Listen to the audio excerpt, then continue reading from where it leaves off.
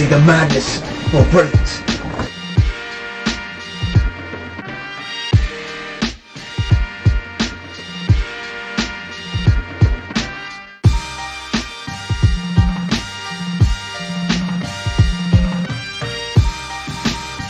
That's got to be the best part I've ever seen.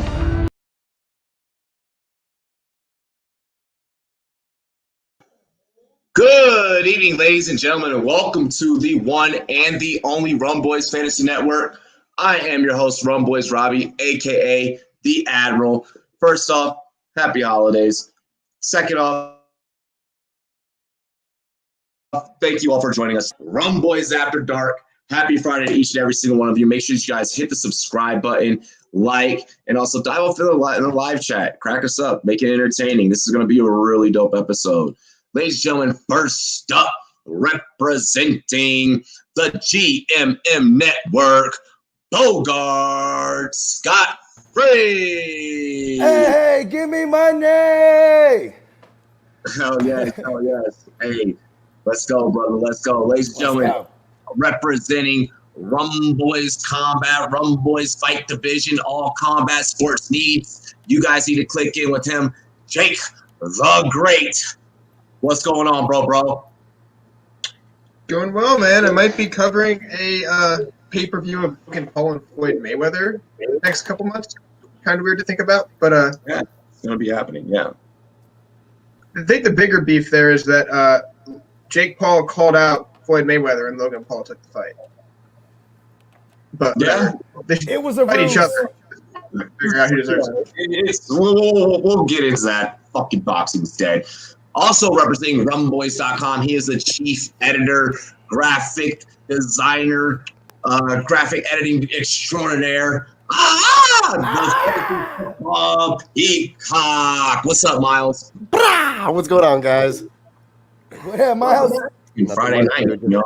I'm ready. Happy to be here. Happy to see you guys' faces. Happy to be, here chilling with the Rum crew. Excited. Yeah, I'm ready. I'm ready to start having some fun. Also representing, she is the very first Rum girl to step on the staff, the hardest working woman in the world of sports, covering your New York Giants. Ladies and gentlemen, Steffi Smalls. You're muted. And if you don't know, now you know. Shit! I'm not getting any better at this, but I finally set up my mic, so hey guys, what's going on? It's all good. It's all good. What's up? Happy Friday. Happy Friday. Happy Friday.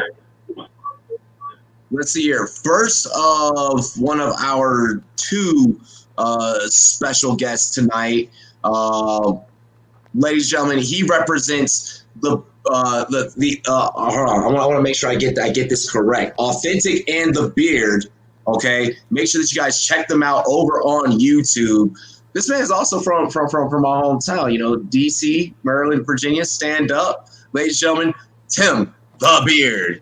What's cracking, everybody? Thank y'all for having me on tonight. I'm excited to chop it up with y'all for sure. So yeah, definitely stoked to be here tonight. It's gonna be wild. It's gonna be fun. It's gonna be entertaining. We're gonna chop it up real nice. So shout out to all y'all. I appreciate y'all showing me the love and bringing me on tonight. Make sure y'all check us out, Authentic and the Beard on YouTube. We do an NFC East based podcast, so we definitely gonna be going crazy over the next couple of weeks. I'm sure Steffi Smalls understands that. You know what I'm saying? Being a Giants fan. I'm so excited to get some more NFC East in here. This is awesome. The Beard's great. If you guys haven't checked him out, definitely check him out. Yeah, what up, young? As they say in DC. What up, young? Yeah, that. Well, you know what I'm saying? Young is more like, it expands like DC, Maryland, Virginia. But if you like in the city, it's what's up, Mo? You know what I'm saying? It's a Mo thing. Oh yeah, that's in more DC specifically. Hey, let's go ahead and bring our next two guests. Ladies and gentlemen, representing drinking and talking fantasy football, Jake Robridge. What's up, homie? How's it going, everybody? I'm psyched to be here. I feel like our podcasts have a lot going on that's similar, at least in namesake. I mean, Rumboyz, drinking and talking. I felt right at home as soon as I get the invite. So Yeah. how's it going, guys? Yeah. That's why we had to give you the invite, brother. So I'm super stoked. how, super excited here. His podcast has the description in the title. You know what I mean? It's just like, it's right to the point. You know? We don't want any guesswork. You know, we want everybody to know exactly what they're getting every time they tune in.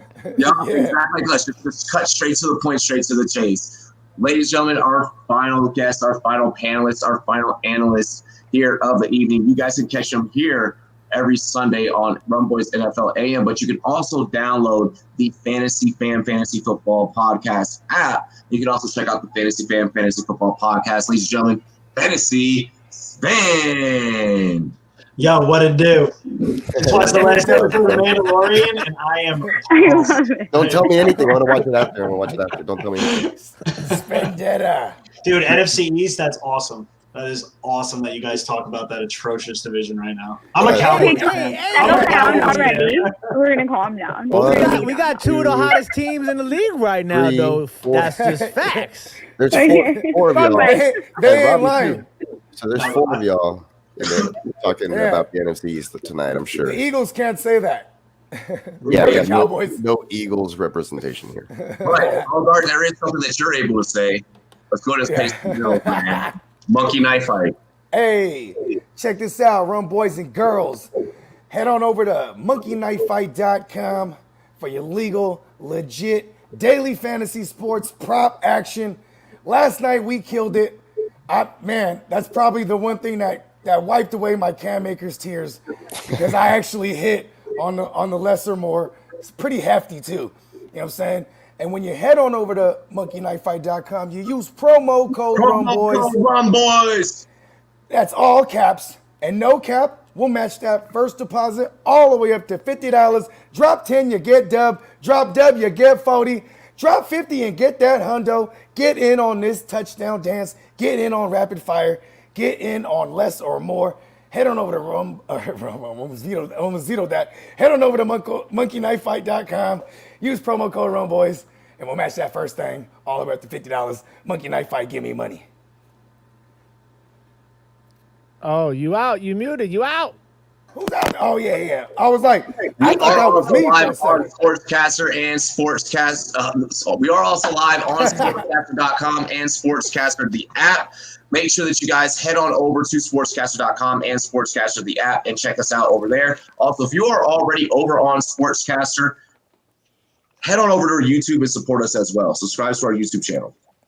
A little cross promotion there for good reasons. Let's go ahead and dive into tonight's show. While we dive into tonight's show, we do start off with don't know hype. Nick said, "Hey guys, All right. and the beard. Let's go. Let's get into it. Cheers to me. Cheers to you." Shout out to my man Nick the Wick. He's a Giants fan, but he's supporting. Awesome. That's my boy. Hi, Nick the Wick. What's good? I just saw Stephanie take a big deep breath. Cheers to me. Cheers to you. All the working girls, what to do? Dilly dilly. Hey, Mr. Wick, I enjoy all your movies. You okay? That's him, right? That's John Wick. That was clever. Listen, and if it's not, my version is better. So, if for those of you that don't know, when we do our show, Authentic and me are both in the studio. I'm just in a different section of the studio, but tonight I'm in his sectional portion of the studio. Yeah, I saw the chat get at you. Like, why are you in Authentic studio, bro? Hey, he's representing both at once. You know what I mean? Yeah, you see, I got his Giants banner back here behind me, but I'm rocking the Redskins. Hey, you know what I'm saying? You make sure you pulled up proper, so it's all good. It's all love. Hey, y'all ready to dive into tonight's show sheet, talk some sports? Let go. Hell yeah, let's get into it. Dilly dilly, ladies and gentlemen, welcome to Rumboyz After Dark. Following last night's blowout between the Los Angeles Rams and the New England Patriots, the question looms. I can feel it calling in the air. There you go, Bogart. Y'all gotta hit the That's the part right there. Hey, I trolled J Love with that track earlier today. Make sure you guys check it out on Twitter. Who will be the Patriots' new QB, or do they stick with Cam Newton? We start with Bogart Scott-Free. Hey, you know, one of my AKAs is Bill Bogartacek, and you know, when they asked the Bill Belichick, he said, Cam's our QB because, bro, if you look in that quarterback room, you're like, yeah, Cam's our QB, and technically they're not out of it, and just by basis of comparison, they're going to keep going back to the well as long as he's healthy. You know what I mean? So to answer your question, it's Superman or Superman. You know what I mean? Quote unquote. Because he's not so super, you know what I mean? Barely a man these days. You know what I'm saying? Robbie, he's gone again. All right. I think you kind of live with them. I mean, you're probably not going to win the division anyways. He's not much better than what you have. So what's the point? The season's over for you, basically, even if you make a slight playoff run. Just let him play it out. I guess you paid him like the same amount as the backup. So the season's lost anyways. Let him play his 1 year out. And if he decides to be a backup next year, fine. If not, he'll probably walk away from the game. Okay. Miles? Yeah, I'm pretty much on cue with everybody else there. I think he finishes out the season. You let him play the contract unless he gets hurt, which he hasn't really shown. They just showed some inconsistency and offensive deficiency this last time out. But their playbook is just him running quarterback draws. If they got to help him out if they would. He's the black Tim Tebow right now. If they would like to help him out, and have him there for the future, you'd think that they would do some other things. But that tells me right there that they'll probably move on from him after this season. So that's just what I feel. But yeah, that's it. Okay. Steffi? I turned my mic on. Is everyone proud of me? Okay. I think they'll move on. No one wants a sequel of it. And for some reason, I could see them we've talked about this before. I could see them taking Jimmy G. They're only going to lose like $3 million if they cut him. Bill Belichick kind of gets a little stiffy for him. So I think that I could see him going there. Wait, we're talking about for the rest of this season, though, right? Because that's why I said Cam. Okay, fine. I'm getting excited. Yeah. I'm thinking of next. They're going to keep him, but I think they'll keep playing him. But I don't think he's staying on the team. I like that Jimmy call, though. Yeah. I'm not mad at that next year. Okay. I'm not sad to see him go. The Beard. I mean, basically, this is the way it's going to break down. So with Cam, technically they still in the race a little bit. They hanging on by a thread. So in my opinion, you probably going to see Cam up until a certain point because it does have a lot to do with next year because they obviously aren't probably going to re-sign Cam. I wouldn't imagine they re-sign Cam. And the other thing is that the free agent list for quarterbacks next year is pretty slim. You know what I'm saying? There's not a lot of good free agents. Like, there might be some people that get cut and stuff like that. But as far as like, people whose deals are going to end up, there's not a lot of meat out there in the market.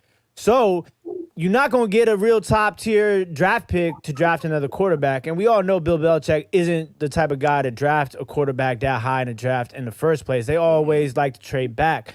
So you might see Stidham in there, towards the end, maybe like 4 weeks left, 3 weeks left, because they're going to have to get some sort of real evaluation on him. That's a good point. He's played a little bit here and there, you know what I'm saying, through this season, but like they haven't been able to get a real evaluation on him. And moving forward, as soon as you're eliminated, it's all about the next year. So, you're going to have to see what you have in Stidham and try to start figuring out what you got for the next season. Oh yeah. Okay. Let's see. Jake. Yeah. The other Jake. I'll be Jake number 2, man. Jake That's all two. good.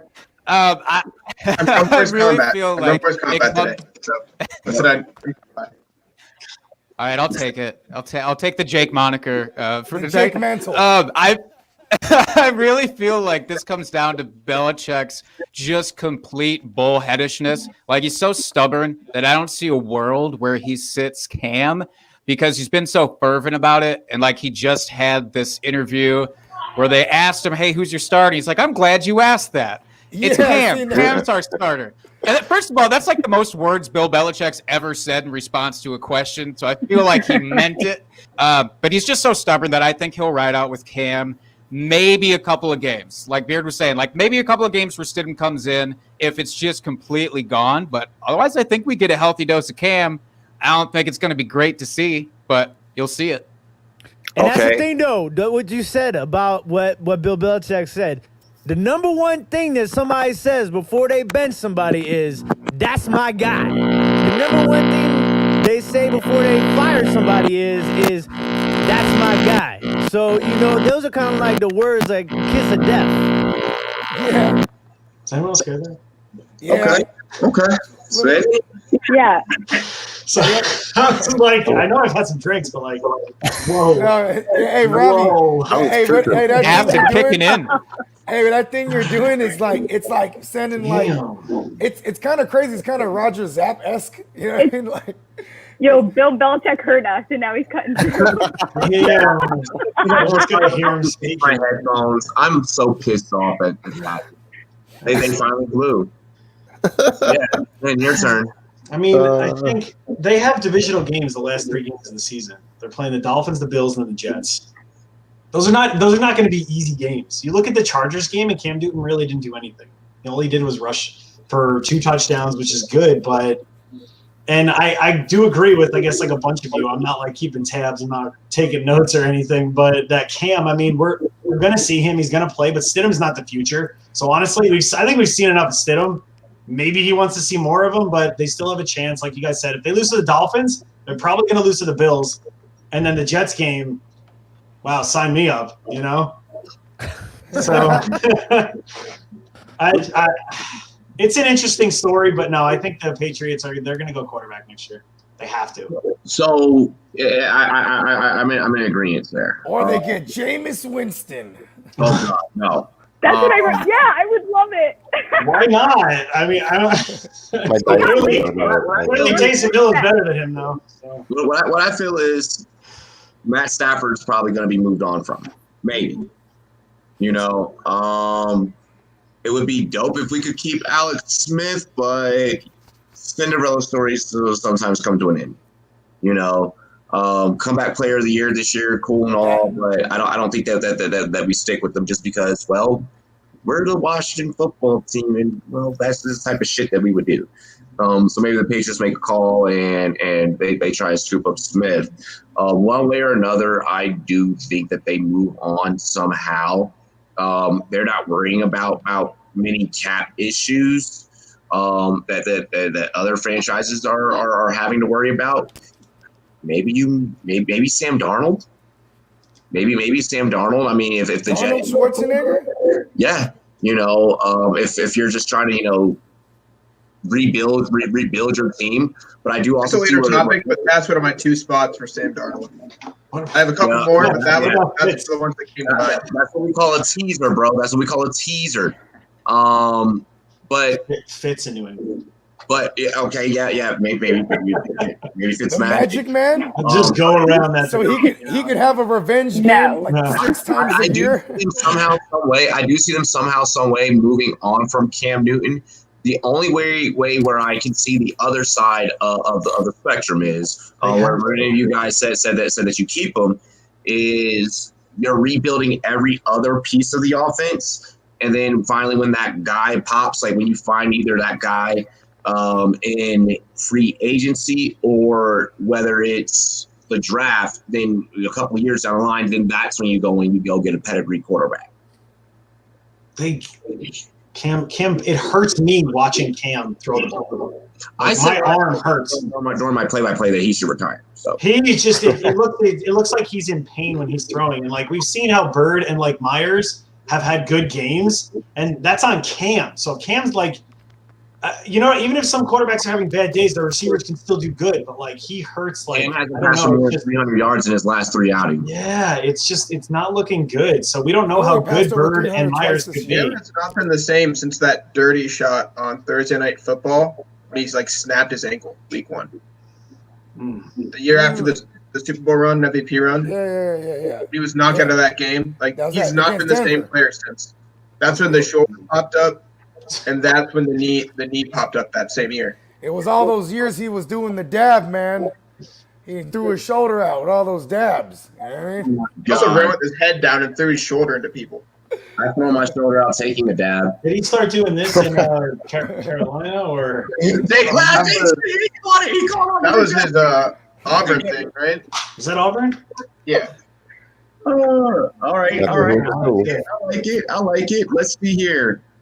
By the way, Cam is the greatest college quarterback of all time, I think, over Burrow. Ooh, that's highly debatable. Whoa. Hey, Case Keenum, didn't he set a ton of like passing records? Like Case Keenum, really? He's played like 8 years of college. Brandon Weeden had a great, senior year when he was 29. Carson Palmer, goddammit. We're not Andrew Luck. You guys we took an opening show shot. We're not going off the rails this damn early. Hell no. No, reel it back in. Let's see here. Next question, and we actually start at the bottom of the panel. So if you guys noticed, it works kind of like a snake draft. We start at the top, and then the next topic we go, around the horn. Not shouting out around the horn on ESPN. The football enthusiasts begin to put some respect on the Los Angeles Rams name. This system works. Cam Akers has came into his own, as we've seen over the last about 2 weeks. 4 weeks now. 3. Yeah, that 3-4. Who will the Patriots' new QB? Oh, I'm sorry. Wow, what the fuck? I just jumped around. Aaron Donald's also a beast. How far can they go? How far can this Rams teams go with Aaron Donald being good, Cam Akers coming through in his own, and just the McVay system being God status? Am I starting? Yeah. Spend it up. Thank you, guys. I think they can go as far as the Super Bowl. They've been there. The NFC is nothing absolutely fantastic. I don't think there's a clear favorite right now, and I think that the Rams have a good enough team. They've been there. They know what to do to make it, and there's no reason why they couldn't make the Super Bowl. As with the way they're playing, if Cam Akers, if they're actually going to run the ball this well, and wow, Tyler Higbee, welcome back for leading the team with 34 receiving yards. It's awesome. Proud to see you, man.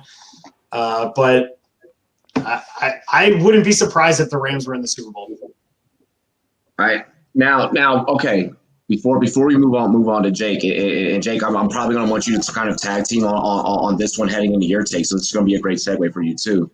You just mentioned about a possibility of the Rams being in the Super Bowl. Do you think that contributes more to X's and O's of Sean McVay than Jared Goff? I get that Goff, but I just need to hear this. I mean, Jared Goff, he's not. I don't know. He's so up and down. Damn, I hate when they do this. They play music in your ESPN screen. You know what I mean? Oh, you're good. Yeah. I don't know, man. McVay's he's a hell of a coach. I didn't think they did not look good in the beginning of the season. It was just all discombobulated, and then shit. They're what? They're 9-6 right now, or 9-4. They're 9-4 right now. Yeah. That's what. Probably didn't see that the way they were starting the season, but now, yeah, I mean, it's a tough division. I don't know. McVay's a hell of a coach, and Jared Goff, as long as they could, maybe they're trying hey, let's run the ball again, like we did with Todd Gurley, keep it out of Goff's hands so he can't turn it over. So. Okay. Jake? Yeah, I feel I don't know. I do feel like Goff has definitely stepped up this year. I mean, his completion percentage is fantastic. He's definitely looked a lot more accurate and a lot less, can I say, befuddled than he has in the last year, at least. Maybe it's just clicked for him. Maybe the offense, it all just settled down for him. Yeah. I don't know how much of it's necessarily on McVay for coaching. I mean, he's great. And maybe he, too, just kind of, I think he bought into himself maybe a little bit too much after that first year, and maybe that's just kind of riding the ship now. But I think they could definitely go deep. Maybe potentially playoffs. I don't know. The division's it's rough, but they could do it because the offense just looks so good when everybody's getting involved. Kupp, Woods, Akers now, the whole gang. So yeah, they could do it. They got a stout defense too. Okay. Miles. Oh, was it my turn already? That's where I was going to start. I think their defense is playing phenomenally. Aaron Donald is a beast. I think that's the anchor of what takes a team far in this stage of the year. You know, you can stop opposing offenses from doing what they want to do. You can get to the quarterback with that, intense pass rush. You have a shutdown corner in Jalen Ramsey and you can do things, and you don't have to do much. You can have, I think Bogart will probably get there when he says it, but you can have Jared Goff just drive the bus. That is the Sean McVay bus, you know what I mean, that he's pioneering over there. So the offense has so many weapons that they could game plan to a defense's weakness, and they can run the ball if they wanted to, like we saw just recently, or they can throw it to Bring it up. Plethora of their weapons. I do think that the emergence of Cam Akers will hurt Bobby Woods and Cooper Kupp, though, if those games do kind of start going that way. But it is what it is. As far as how far they can go, like I said, that defense, if it continues to play well, sky's the limit. Poor shot, yeah. Time out. No hype.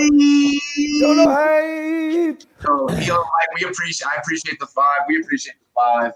E on the mic said, Dilly, appreciate Robbie coming on the show, and Bogart, give me money. Give me money. Be my little bro. Be sure, guys, to subscribe to E on the mic, young up and coming podcaster in the industry. I just featured on his show yesterday afternoon. The episode just got released on his YouTube channel and his Spotify, everything like that, all stream platforms today. So go check out E on the mic. Give him a search. He actually just hit his 1 year in podcasting yesterday. So happy 1 year to you, bro. It's a big It only gets better, my man. It only gets better. It only gets better. And props to Sven for ruining the next 3 days because he's only having limoncello. So no, I have Sapporo. I'm Sapporo and limoncello. Sapporo. Yeah, there you go. Wow. Oh my gosh.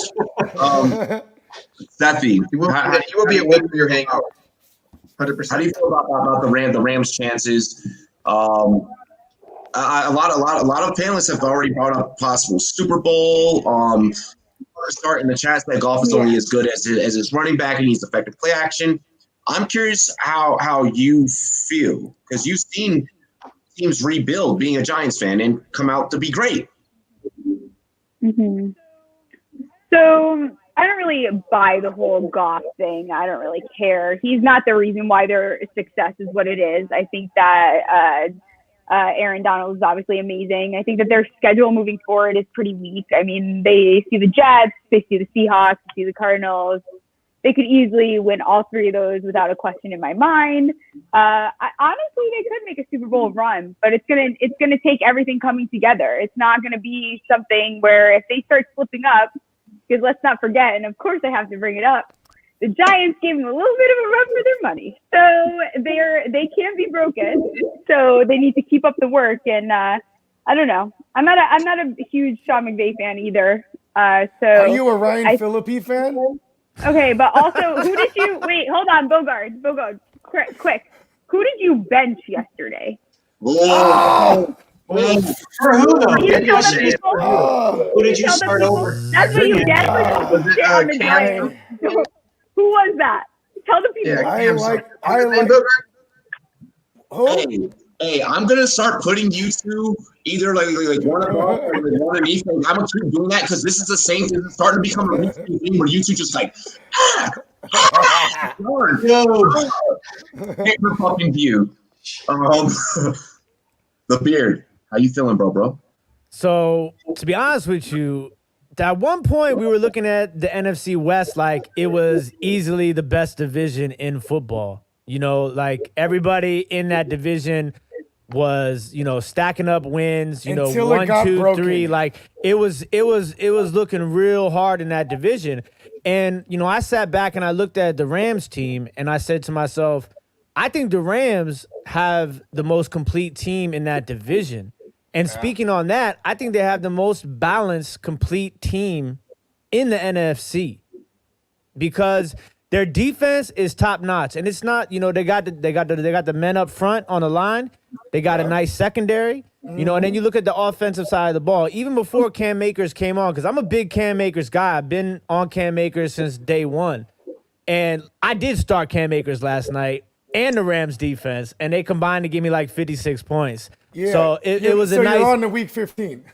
Yeah, so it was a nice little start to the first round of the playoffs. But that being said, like if you look at their offense, the fact that they have 3 running backs in essence, so like when you're getting down to this time of the year, you got to be able to do what? You got to be able to run the ball. You got to be able to play defense.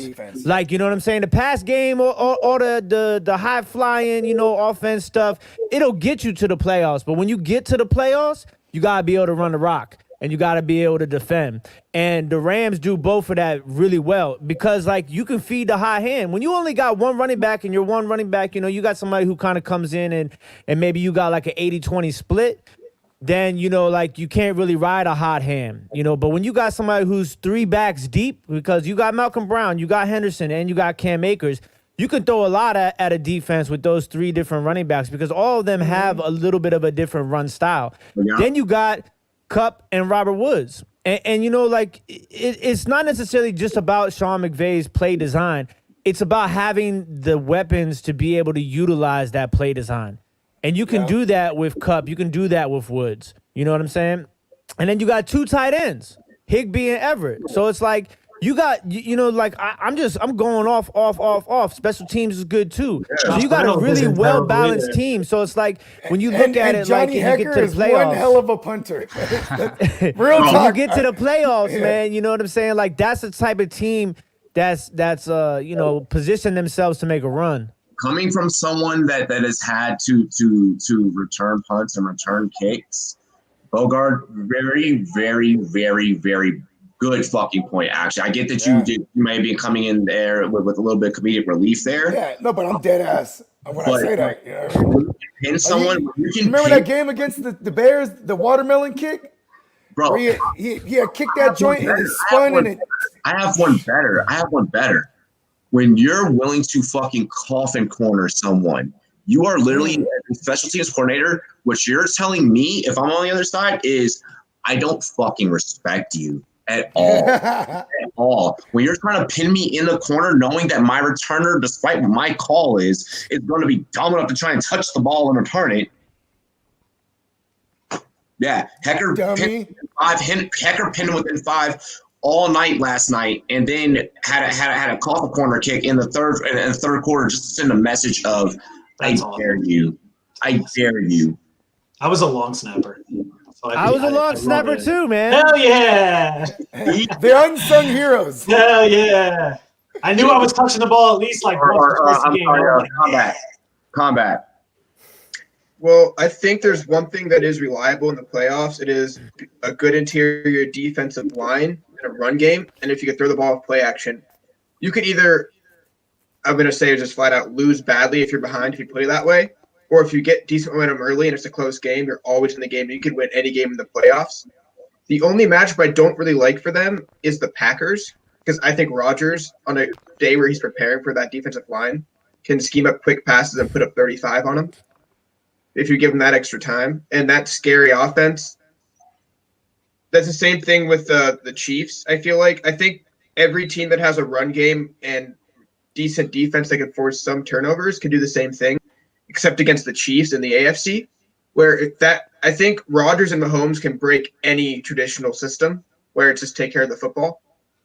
So that's the only matchup I don't like. So I don't think it's Super Bowl, but I think they could win a few playoff games for sure. I'm very excited that you said that. I just want to pop in and say, as a Packers homer, I'm very excited that you say that. I'm actually less optimistic than you are about that, but maybe I'll be more optimistic now that you said that.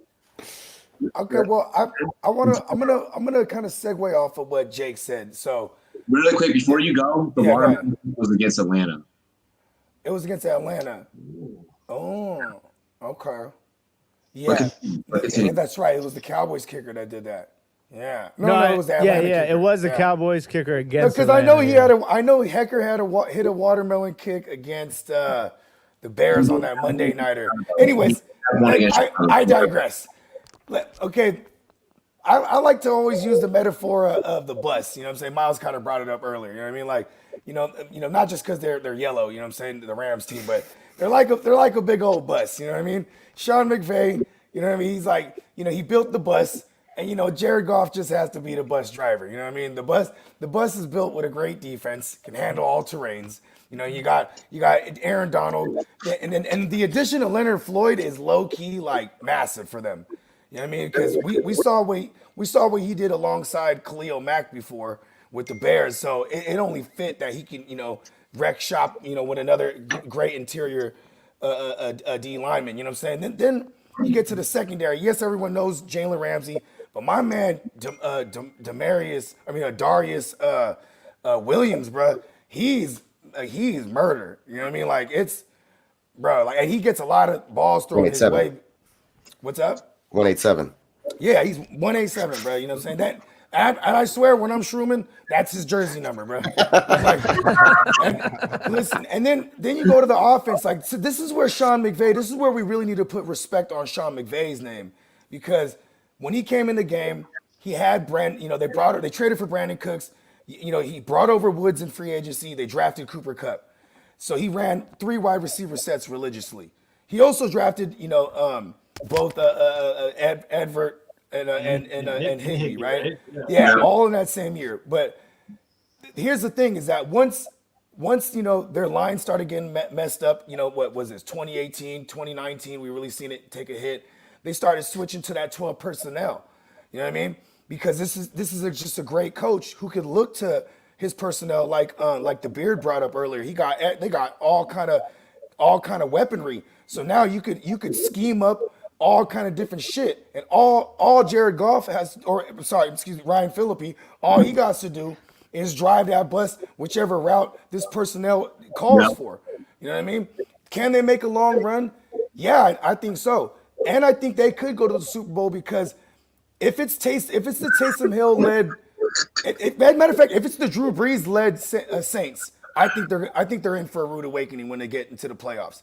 If it is the Packers and Cam Akers is going in like he's going in, that's their weak spot on the Packers defense, is you could run the ball on them. So Kimmy Rogers, oh yeah, bro, that's a game. That would be a game. But that's the best. This is the best defense that Drew Brees has ever played with. I agree. And they stepped up. They for real stepped up when Taysom Hill got. You know how teams tend to do that. All right, we're gonna. Of course, yeah. Yeah, we got to play for our. The Saints tend to do that very well. Okay. And they traded for when they traded for Quan Alexander before the deadline. That shored up their linebacker position. Malcolm Jenkins really started to get really started to fit in, because he was slow in the beginning of the year. Like y'all remember when Waller tore him up. Since that Darren Waller outing, ain't no tight end really showed up against the Saints. And their secondary, the Saints secondary is really questionable. I'm not really a Marshawn Lattimore respecter. I don't, the Jackrabbit, I don't respect him. There's gaping holes. When the Rams arguably have the best defense that's in playoff contention right now. You know what I mean? And it's really on. Yeah, they're number one in the division. And I'm saying like defense, not like just the defense itself. Tampa's defense is pretty solid. Well, because if the Bears had a competent quarterback and a competent offense and head coach, I think that a lot of ifs. Yeah, right? Like if it's the biggest word in the dictionary. Bogard's gonna be the king of the if on this show. Listen, the Chicago Bears defense, the personnel wise, is incredible. You know what I mean? I'm saying though, I'm being specific. The Rams defense is the best defense in the NFC that's in playoff contention right now. You know what I mean? So, do I think they can make a run? Yeah. No way. Yeah, the Bears have the best defense of anybody in playoff contention? No. The Bears. You said the Rams. You said the Rams. I said the Rams. The Bears aren't. And the Bears aren't. No, I wanted to be specific. I was about to bring the heat. We know Bogart likes, sometimes, but he's not that crazy, right? Like, Not that crazy, yeah. No. I am crazy. Like that. He actually, he is. I'm crazy. He is crazy. Let's be clear. You know what I mean? And Ryan Phillippe, your movies suck.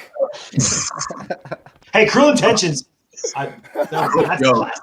Hell Dude, no. have you ever seen Way of the Gun? That's a great movie. Yeah, that one's badass. I can't lie. Way of the Gun was badass. Hell no. Cruel Intentions showed you exactly how to avoid toxic women. Like, I was so lucky that movie came out when I was young enough to where I was like, that's not what I want. Like, hell no. Yeah, a crazy rich cokehead bitch. But it also showed me that I like a little kinkiness here and there too. So, you know. Big movie for you, man. Did you see the video they did? Life change. That says, that explains a lot of the Robbie J we know and love these days. He's like, it's a Cruel Intentions, man. Changed my life. Yeah. Fucking what? Damn it, God, Bogart.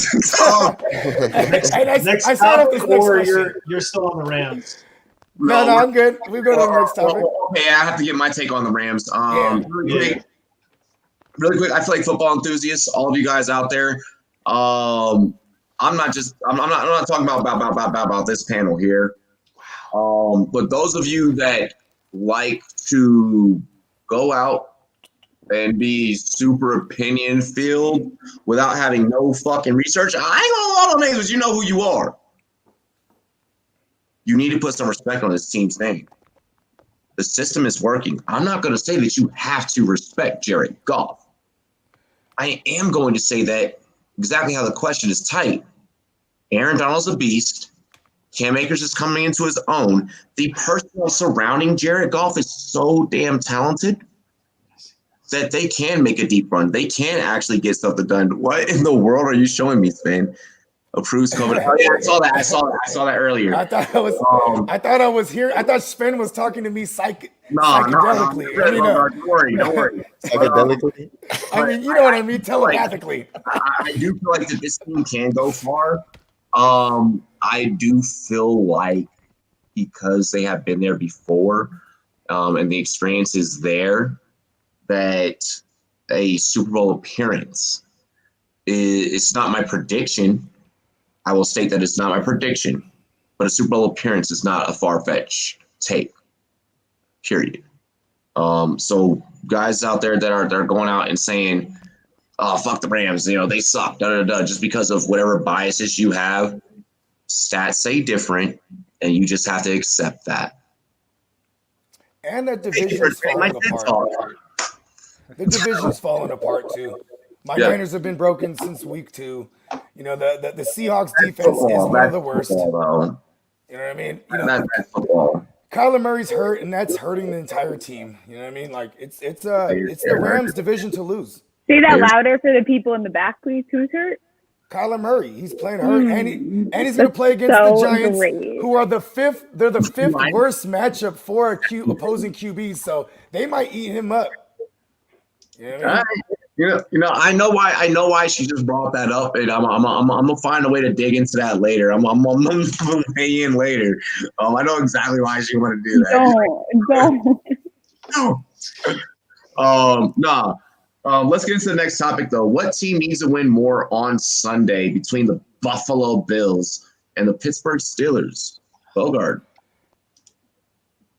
Honestly, both teams need to win, but if I have to choose one who's in more dire strengths to win, it's the Steelers because they're a team that's like they're getting banged up every week. Big Ben is old as shit, so it's like he's nursing an injury every week. They need that bye week to be honest. Like they need to keep winning, and now that they have one loss on their record, I don't see the Chiefs. When you look at the Chiefs schedule, I don't see them losing another game. So the Steelers need to win out. And to have a chance for that bye week because, bro, like that's another team too. Suspect ass secondary. They give up mad yard every week. Ever since they lost, was it Bush? Ever since they lost, is it Bush? Is it Devin Bush or Devin White? I'm fucking sure. They lost Bush and Devin Dupree. Bush. Yeah, and Dupree. Dupree out for the season, right? Bro, it's and Minka Fitzpatrick's banged up right now like that. And then and the Steelers, they're kind of one-dimensional right now. They can't run the ball. They're not really stretching the field. Everything's quick hitter passing. You know what I mean? And the Buffalo Bills are a team that's like they're getting it together right now. I think I like the Bills this weekend. To be honest with you too, like I like them to smack this weekend. James Conner gonna play? Ooh, Blake just brought up a great. I think. Fuck, he said. James Conner's gonna play. Blake St. Clair from Maybe not a lot. Orlando. Yeah, shout out to Blake. He said NBA, MLB, NFL, one city. That's never happened. That's a very good narrative to paint. All my writers out there, be on the lookout for that story. Be on the lookout for that headline if this does happen. Oh, wow. Let's see. Elon Mike says Buffalo lose, please. Of course, Eric. Yeah, he's a Dolphins fan. He's a Dolphins fan. He's like, please. Yeah, but I think it's more dire for the Steelers to get this W, especially because they're in the same conference. You know what I mean? Like I think that the Bills have a good shot to win out here. You know what I mean? And the division's theirs to lose, etc. You know what I mean? Okay, Jay. Yeah, Pittsburgh needs the bye week, and I don't think the Bills are really that worried about getting caught up on from behind by anybody. Not worried about them losing that division. I think the Steelers need the bye week the most, and I really don't think they want to have to go to Kansas City at any point. Keep going.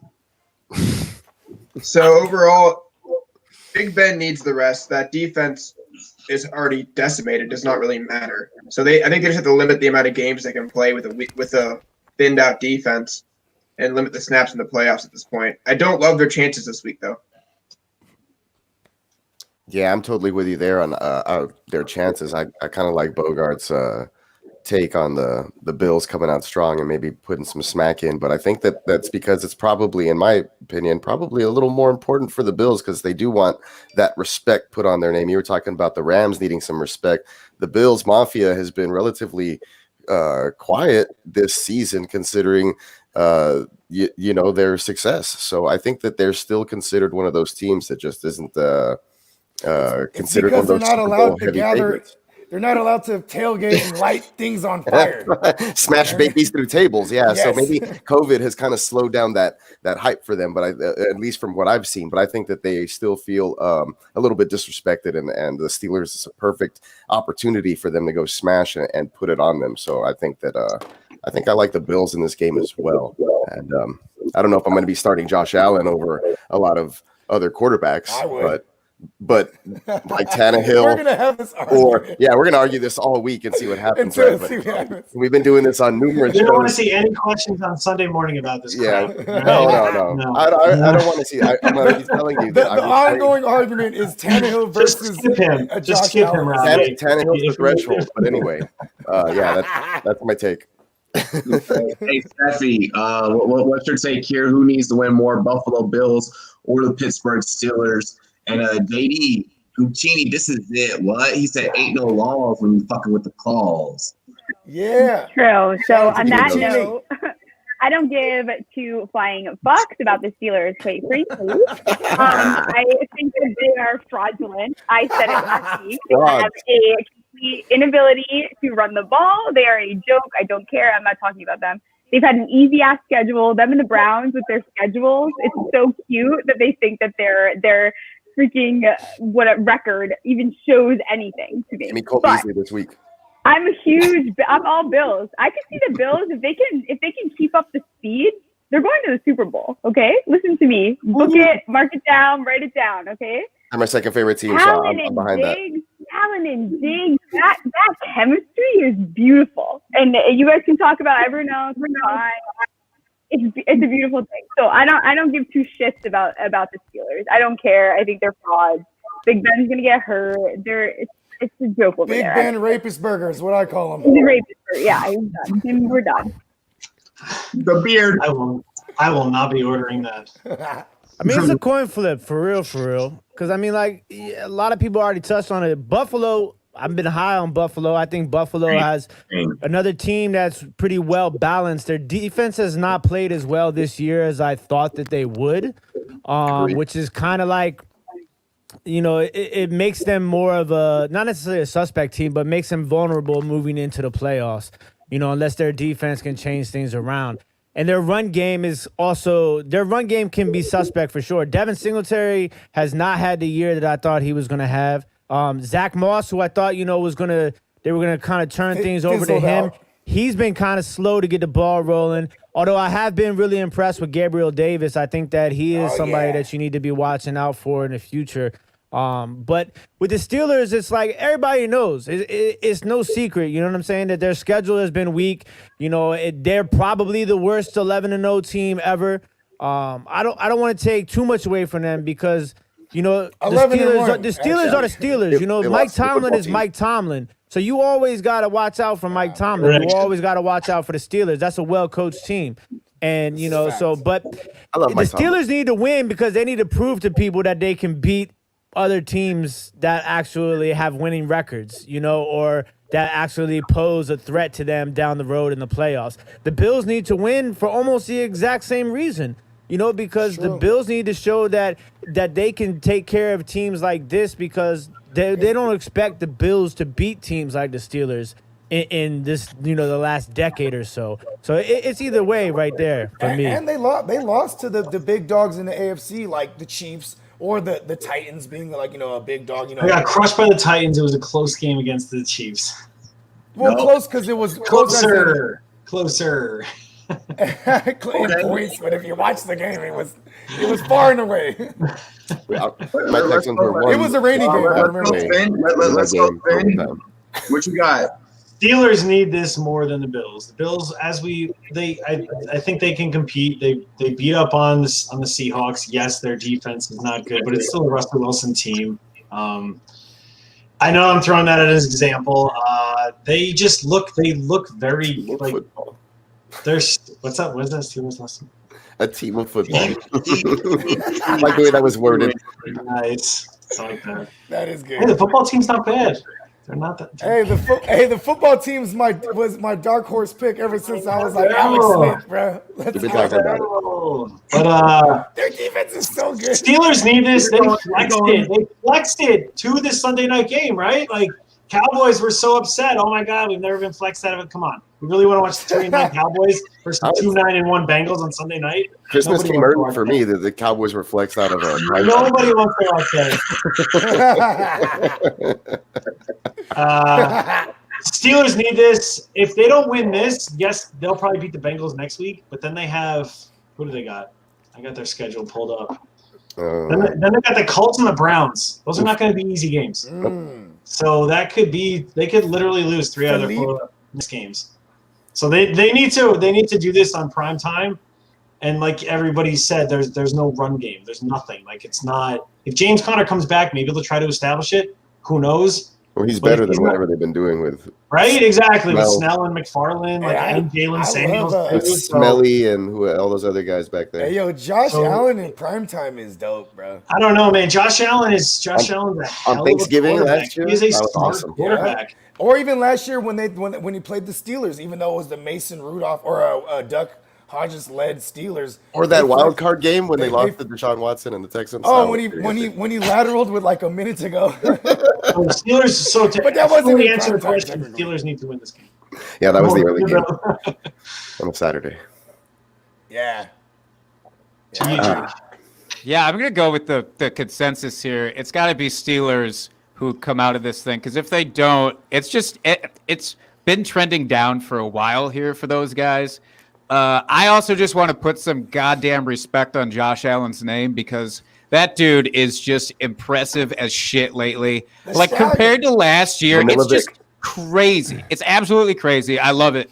And I think he's going to be fine. And their schedule is fine. The Bills are fine. There's nobody that I'm worried about the rest of the way for those guys. They're all right. I'm not worried about them facing the Patriots. Definitely not the Broncos. Dolphins, maybe. That could be interesting, I guess, for him. Defense, man. It's not bad. Dolphins not terrible. Yeah, it's not bad. Yeah, so that could get interesting. Scoring defense. But it's a divisional game. They're tough. You never know. Yeah, and it's outside of that. Steelers don't have. They don't have any hallmark game or a hallmark win from this season where I look at that game and I go, oh yeah, Steelers got this shit together. They know exactly what they're doing. There's no game that I look at and I see any of that. So it's a little concerning if you're a Steelers fan. They even struggled with the Eagles, for God's sakes. You know what I mean? And the Eagles ain't any type of good. They're like the hallmark example of bad football this year. And we got to think too. I said in the chat, but the matchups are weird because it's more about tiebreakers than any strength of schedule. Because if the Bills lost to the Titans, the Browns beat the Titans and the Colts split, and the Browns beat the Colts. These tiebreakers mean more than the strength of schedule right now. Like, you don't know. Teams are going to have the same record, and that record with those tiebreakers will mean everything. In my head, it was that over COVID. It was that meme of that chick with all those numbers flying across. Like, I don't know. I was it's just like you don't know who's good and who's bad. Are they all the same team on a certain week? Who plays well, who plays poorly? Because they've all beat each other or beat somebody else who beat the team they lost to. So there's really no way to tell how good these teams are compared to each other. You know they're playoff teams. You just don't know where they rank next to each other. Makes sense. Okay. I'm gonna say that. I'm gonna say psychedelically again. He did that to me the last time too, and I was like, "What?" I was like, "What's going on? Am I hearing shit?" Like, no, it's fan play 3. Josh Allen, he's got basically like a 70% completion. I'm gonna say that the Bills need this, and more he's the best so. running back they got. I'm gonna say that the Bills need this more so than anybody else. Think about everything this organization has been through. Think about this what the fans have been through. I give 2 fucks about. They've been through tables. 90s were rough. Yeah, the 90s were definitely rough. That's why they're jumping through tables. That's why they're jumping through tables. The 90s. You know. I remember that. With that being stated, they need it more. They are the underdogs. 2020 kind of needs an underdog story of some fucking sort. And I kind of want to. I've always said this every year I've been running this podcast. I want to see an underdog story. I want to see a complete and total, just something different that we have. Wants to see the Washington football team rise. The NFC occasion. East, baby. That's the underdog story right there. They're gonna get 2 teams in the playoffs. The NFC East. Let's go. What? 2 teams in the playoffs. I wasn't gonna go there, but that would be the most 2020 shit ever. But let's be realistic. Let's be realistic. The most 2020 thing ever is a team that has never gotten a ring getting a ring. And I feel like Buffalo, you can send a huge statement to the rest of the AFC if you beat the Steelers. I feel like you send a statement to the Steelers of, oh shit, we probably weren't as good as our schedule allowed us to be. You know, and I think that narrative of what everyone's kind of been painting of. Hold on, my girl is cooking. She said, taste this sauce for me. Don't worry, we're going to get into in a minute. I think that narrative of text me on the side. What kind of sauce? I think that narrative of I'll check his Instagram. It's probably on there. Sorry, hang on 1 second. That narrative of like who can go ahead and kind of shut the Steelers up. Well, the narrative we've all been painting. Your schedule's been too easy. It's been a fucking cakewalk. As Eric in the chat, TJ and Tone Stan likes to say, the Mickey Mouse cakewalk. I think that last week you losing to the Washington football team proves that. And I think that if you lose to an actual team that has a really good record in Buffalo and really good personnel and a damn good fucking coach in Sean McDermott, then that now sends a statement, and now teams in the AFC are officially able to game plan for you. And I think the Steelers could possibly be one and done. And that 11 and whatever you end with doesn't mean shit. Boom. Mic drop. Tell them how you really feel. Well, see you later. Big old. No one's gonna remember these seasons if they're one and done the playoffs. It means nothing. Because every time a Steelers fan is going to bring it up, they're going to be like, "Well, we won 11 games last year against 2."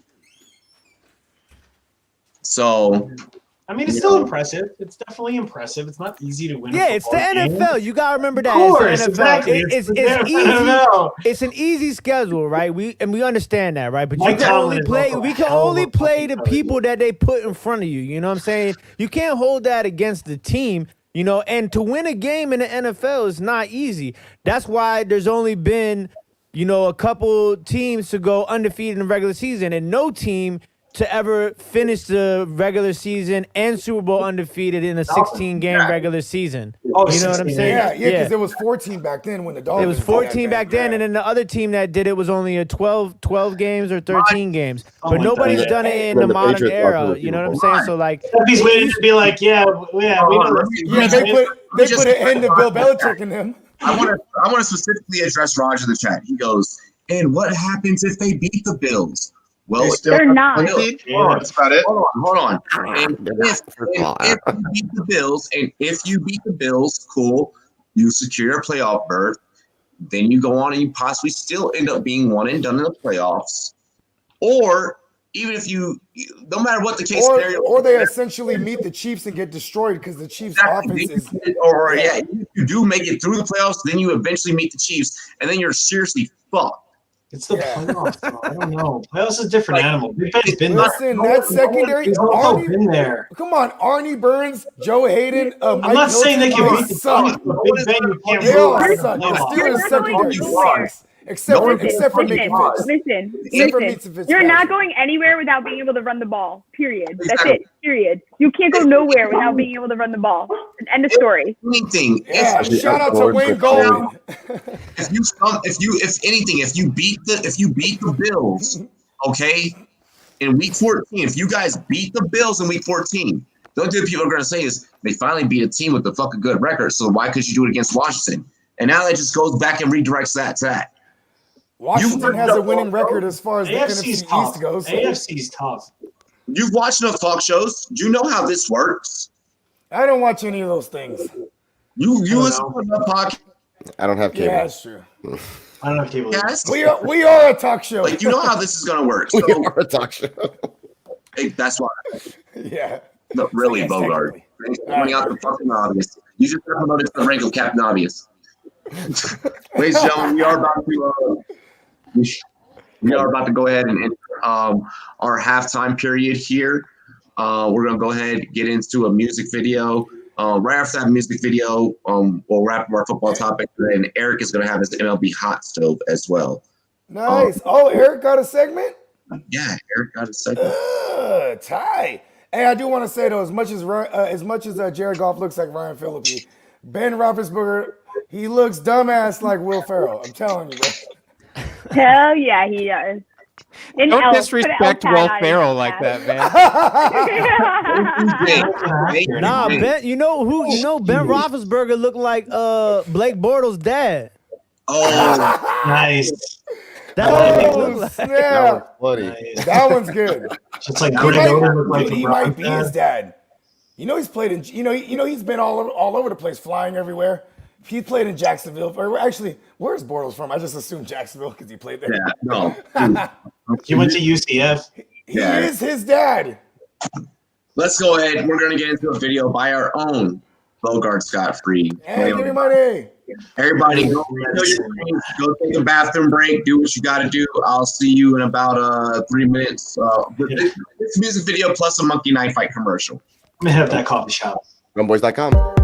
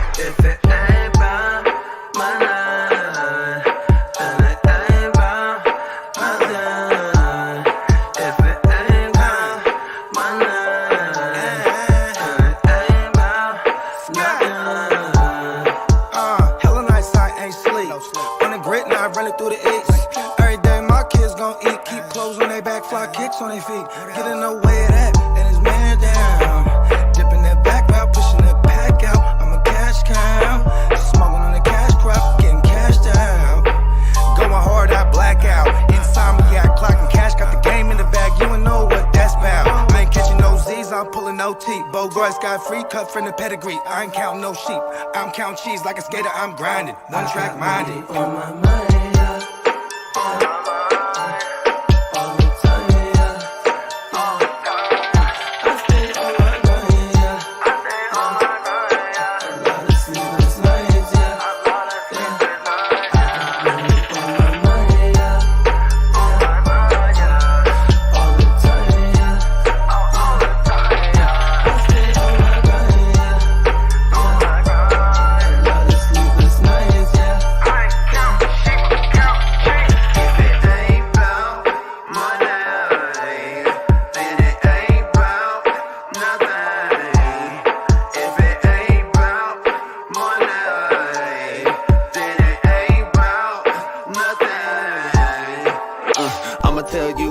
Told me cash was everything around me. Smoke that weed, like that tree.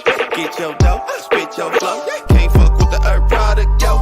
Bitches come a dime a dozen. Don't be mad when your man just fucking your cousin. Instagram thought, fuck that hoe, fuck that yo. Fuck boy nigga, pull that trigger on a bitch ass nigga. Rest in peace to all my niggas. I'm getting biggest now, got a little rich now, just like Richie. Palms been itchy, I stay illy. 6-man Iggy, dollar getting dollars, not cents. Stay bent, make it deposits, fly with.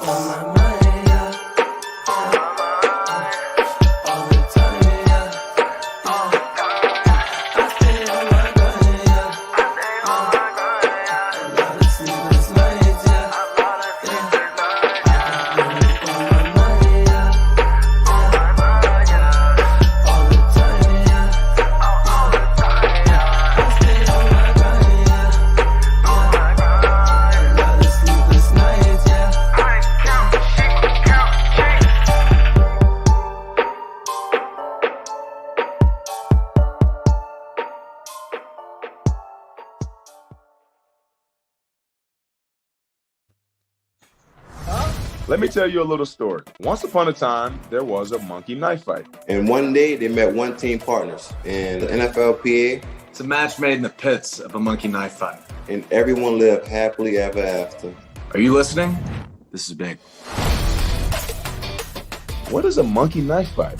You know, it's thing monkeys, knives, you get it. Fantasy sports is monkey knife fight.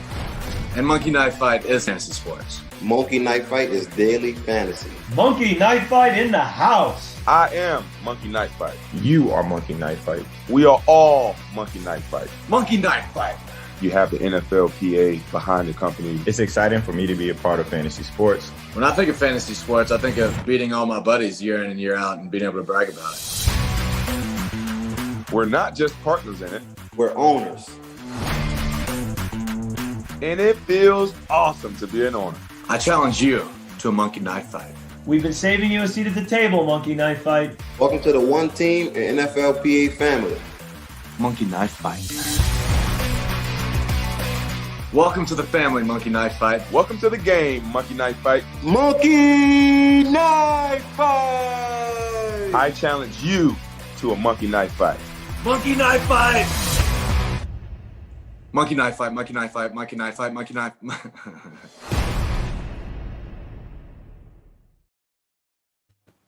Monkey Knife Fight, Monkey Knife Fight, Monkey Knife Fight, Monkey Knife Fight, Monkey Knife Fight, Monkey Knife Fight, Monkey Knife Fight.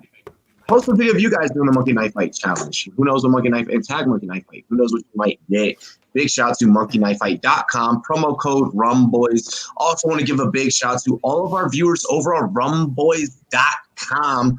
Thank you guys for checking us out. Make sure that you guys sign up for the website over there on rumboyz.com. Absolutely free. Just go ahead and type in your username and your password.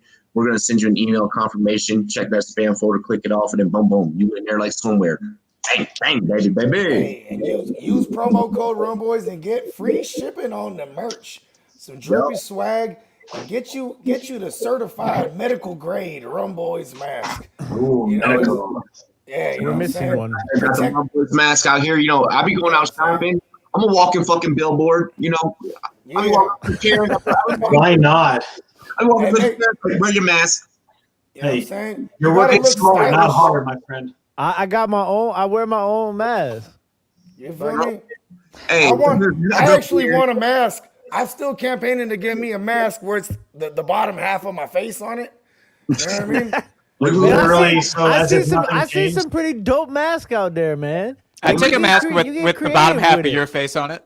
I take that mask. Yo, hey, well, I'll get Miles on. I'll get Miles on. I call it the Hannibal Lecter, is what I call it. Only if it has a voice box, though. Like, if He like, just yells, "Give me and money." like, give me money. Like, we got one that lights up, so we might be able to do that. Let's get to the second half of the show. Jim with the icon, really quick in the chat, he said, "Good evening. Thanks for donating today. Toys for Tots at Robbie. I appreciate it. To be politically correct, I did it yesterday, but I sent the video today because I needed some editing done." Yeah, I like the little pizzazz you've been putting on the edits, bro. Bro, it wouldn't let me render it. Instagram would not let me render my video because I recorded it from the actual Android 4K thing, and apparently if you record it in 4K, You gotta do that joint on like the computer sometimes. Yeah, bro, they're like, hey, your video's in 4K, and we will not accept. I'm like, I see these chicks out here, like, sign up for OnlyFans. Rumboyz condoms coming soon. So wait, can I ask a question really quick? Do a lot of people say that Miles look like Patrick Mahomes? No, I've never heard that. But now you just said it. Mini Mahomes?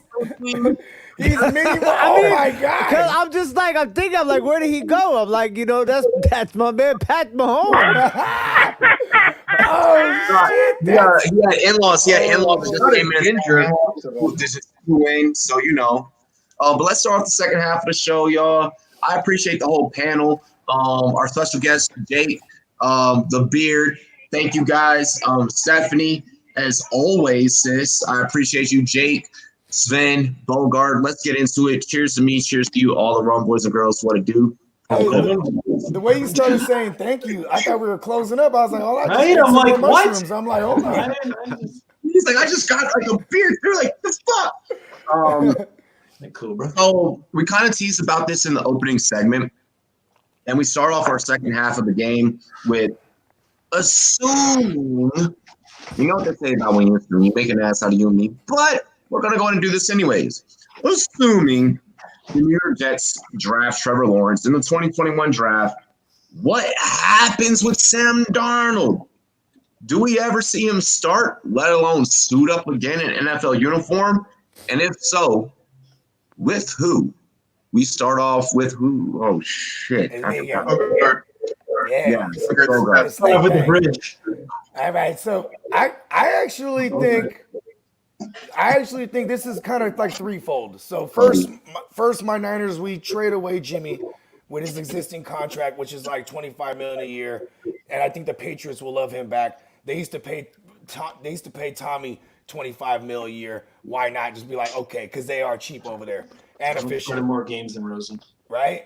Then, bro, this is gonna sound crazy, but now when I go from us trading away Jimmy, I would trade for Sam Darnold, give up like a third round because I know Joe Douglas over there. He's just like, listen, give me something give me a ham sandwich and you got him. You know what I mean? You know what I mean? So, hey, go ahead. Corver, let me get a broken copy machine, please. Yo, what kind of ham? Let me get a Jersey Mike's sub. You know what I mean? Like, you know what I mean? For those that don't get my reference, Kyle Korver in the NBA was once traded for a fucking broken copier machine. Oh wow! See, you learn something every day. It's a real thing. This is a real thing. I Like mean, that's you know, my man Donald Schwarzenegger. He's still only 23 years old. You know what I mean? He didn't stand a chance over there. They didn't give him nothing. No line, no run game to speak of. No, you know, yeah, they got Denzel Mims or whatever, but he was like, you know, he was a project at best. You know what I mean? You know, they got rid of my man Robbie Anderson, the string bean, you know, or as I used to call him, the green bean when he used to wear green. You know what I mean? And like, you know, it's a poorly ran organization. Now I think with Joe Douglas, they're in some okay hands. They'll get a good coach, and they'll get Trevor Lawrence, and then move on from Darnold. Now, if like I said, my Niners trade for him, he'll be on the fourth year of his rookie contract. You know what I mean? So we'll have him essentially for free. He'll be forced to play his ass off, you know, to at least, you know, to maybe earn to us to pick up that fifth year option or whatever team that gets him. You know what I mean? And then or maybe even he'll try to play his best to, you know, put some kind of resume together so another team could, you know, perhaps buy into him. Second landing spot I would like for him is perhaps, you know, Chicago Bears. You know what I mean? Maybe you know, and mind you, this is predicated on the Chicago Bears getting like a cohesive coach. You know what I'm saying? Like a coherent coach. Am I saying these words right? Sane coach. Sane. Yeah. You know what I mean? Maybe a Joe Brady goes there, or maybe just someone who has some kind of creativity. Because I think him being that young, Sam Darnold, the Terminator. You know what I mean? Donald Schwarzenegger. I'll be back. You know what I mean? And will he be back with the Jets? No. So That's one of your best nicknames. Okay. How's Rumboyz combat feel? Well, I think your picks were obviously some of the ones I had. There's a couple I think people aren't looking at, like the Colts is a good possibility with Rivers being, way past his prime. There's one that I really think that's underrated. And what about the Panthers?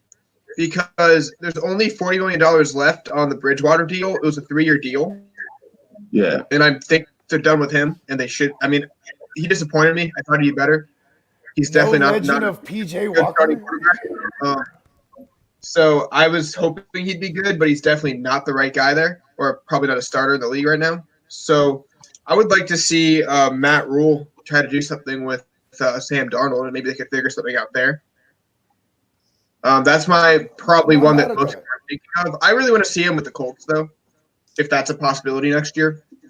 Yeah, because he got everything he didn't have. Anywhere we're talking about so far, it has everything that the Jets don't have. You know what I mean? Like a line to protect him. What you got, sis? So he's coming in. He's going to the Giants. He's not going to fucking Giants. Shut the fuck up, Bogart. I'm so. He wants to leave the state. No, just settle. Everyone settle down, okay? Sam Darnold. Here's my thing. I have 2 takes on this. So if Sam Darnold plays the way that he played this past week, I actually think it's in the Jets' best interest, should they change the coach, to keep him. Everyone's going to hate this take, and that's fine. But the Jets have so many bigger problems. So if they have a coach that can actually go in there and use Darnold the way that he should be, I think that they could have potential success. Is that going to happen? Absolutely fucking not. So with that being said, I don't know. I never thought of the Colts. I think that's kind of I kind of like that. But I don't know. I'm leaning Bears with him. I don't know what it is. I just see them going there. They love those, like, they like a good waist story. Like, they like a good, let me take your waist from you and try to make, I don't know. Okay, Fantasy FB, you need to just calm down. It's okay. Hey, I did that shit on purpose. I know. I see you. But I feel like I agree with you that they should keep him. He needs to get his rookie contract to figure out if he can do it. I think every rookie quarterback deserves 5 years to figure out if they can do it. It's a long time. He played well. He played well. The NFL is like a 2-year league. If you don't make it in 2.5 years, you're done. It's just how it works out. The issue there is not. They gave him 3. It's Gase. You get rid of Gase, you get someone good in there, then great.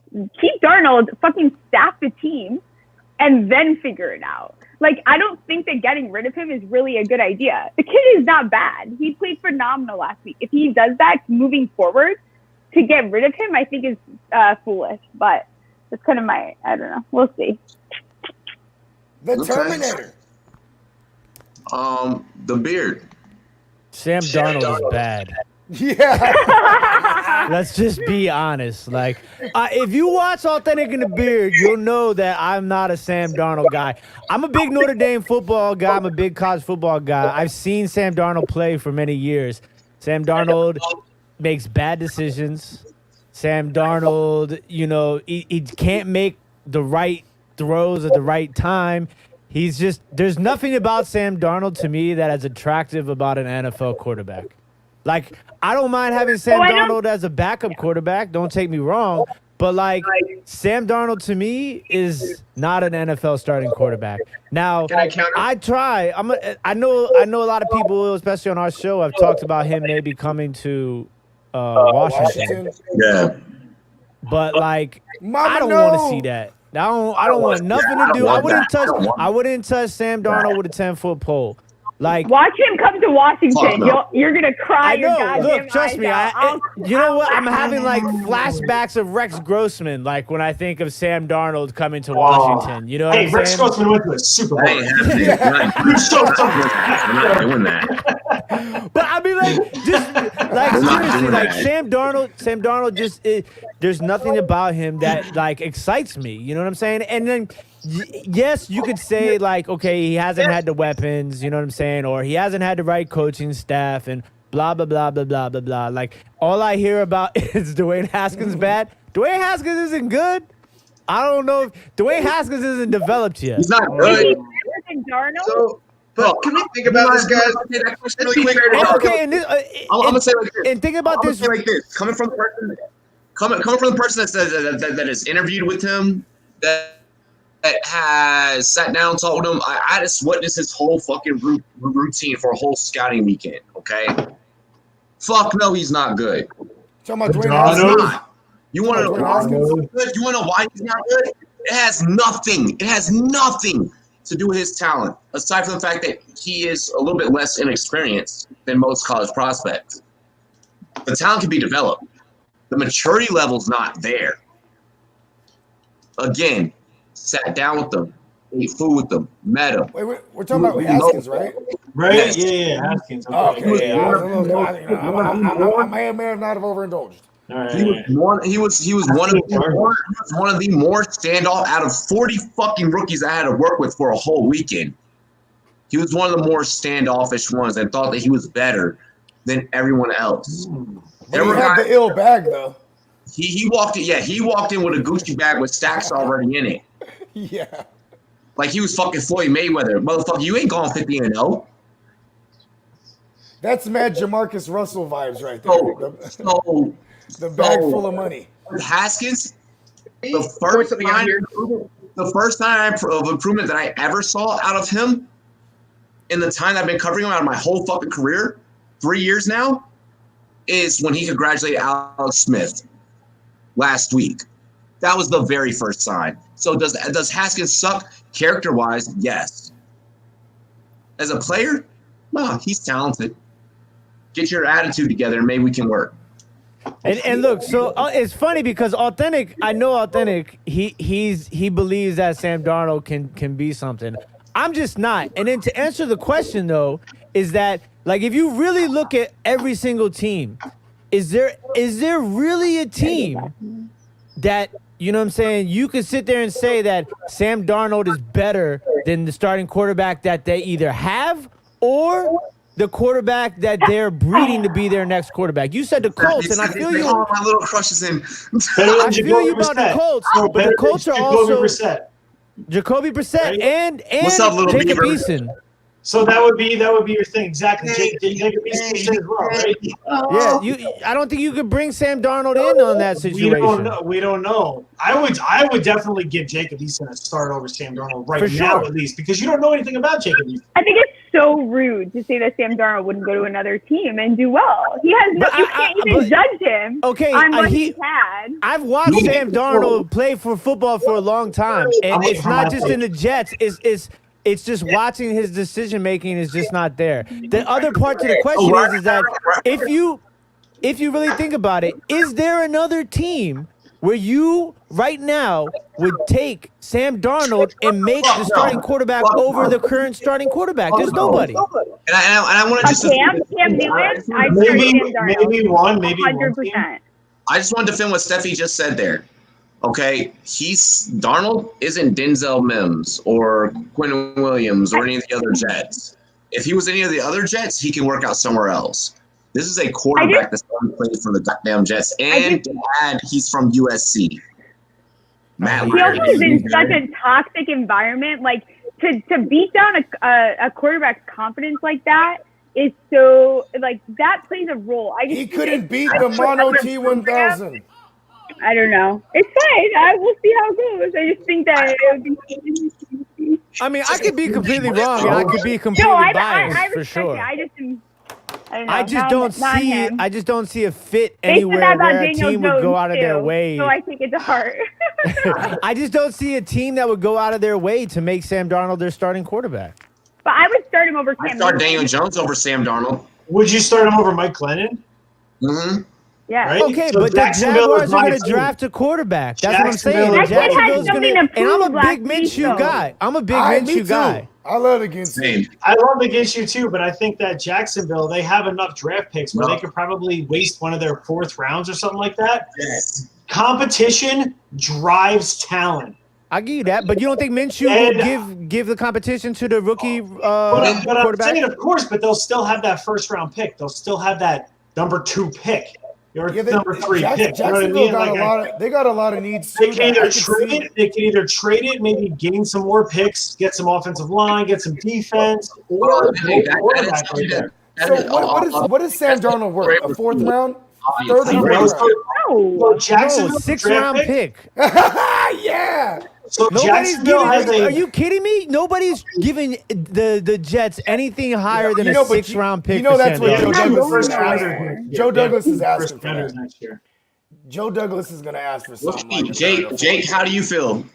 I think there's a serious gaze discount that will be provided by the league. Like, I really think 6th round pick is crazy underselling it because, like, and I know a lot of it's so much the narrative that we always talk about. Like, this guy left the Jets in gaze, and look how well he's doing over here, and this guy did it, and this guy did it, and this guy did it. I think there's a certain point where they will be like, all right, maybe we take a shot on this kid who's been stuck under gaze forever.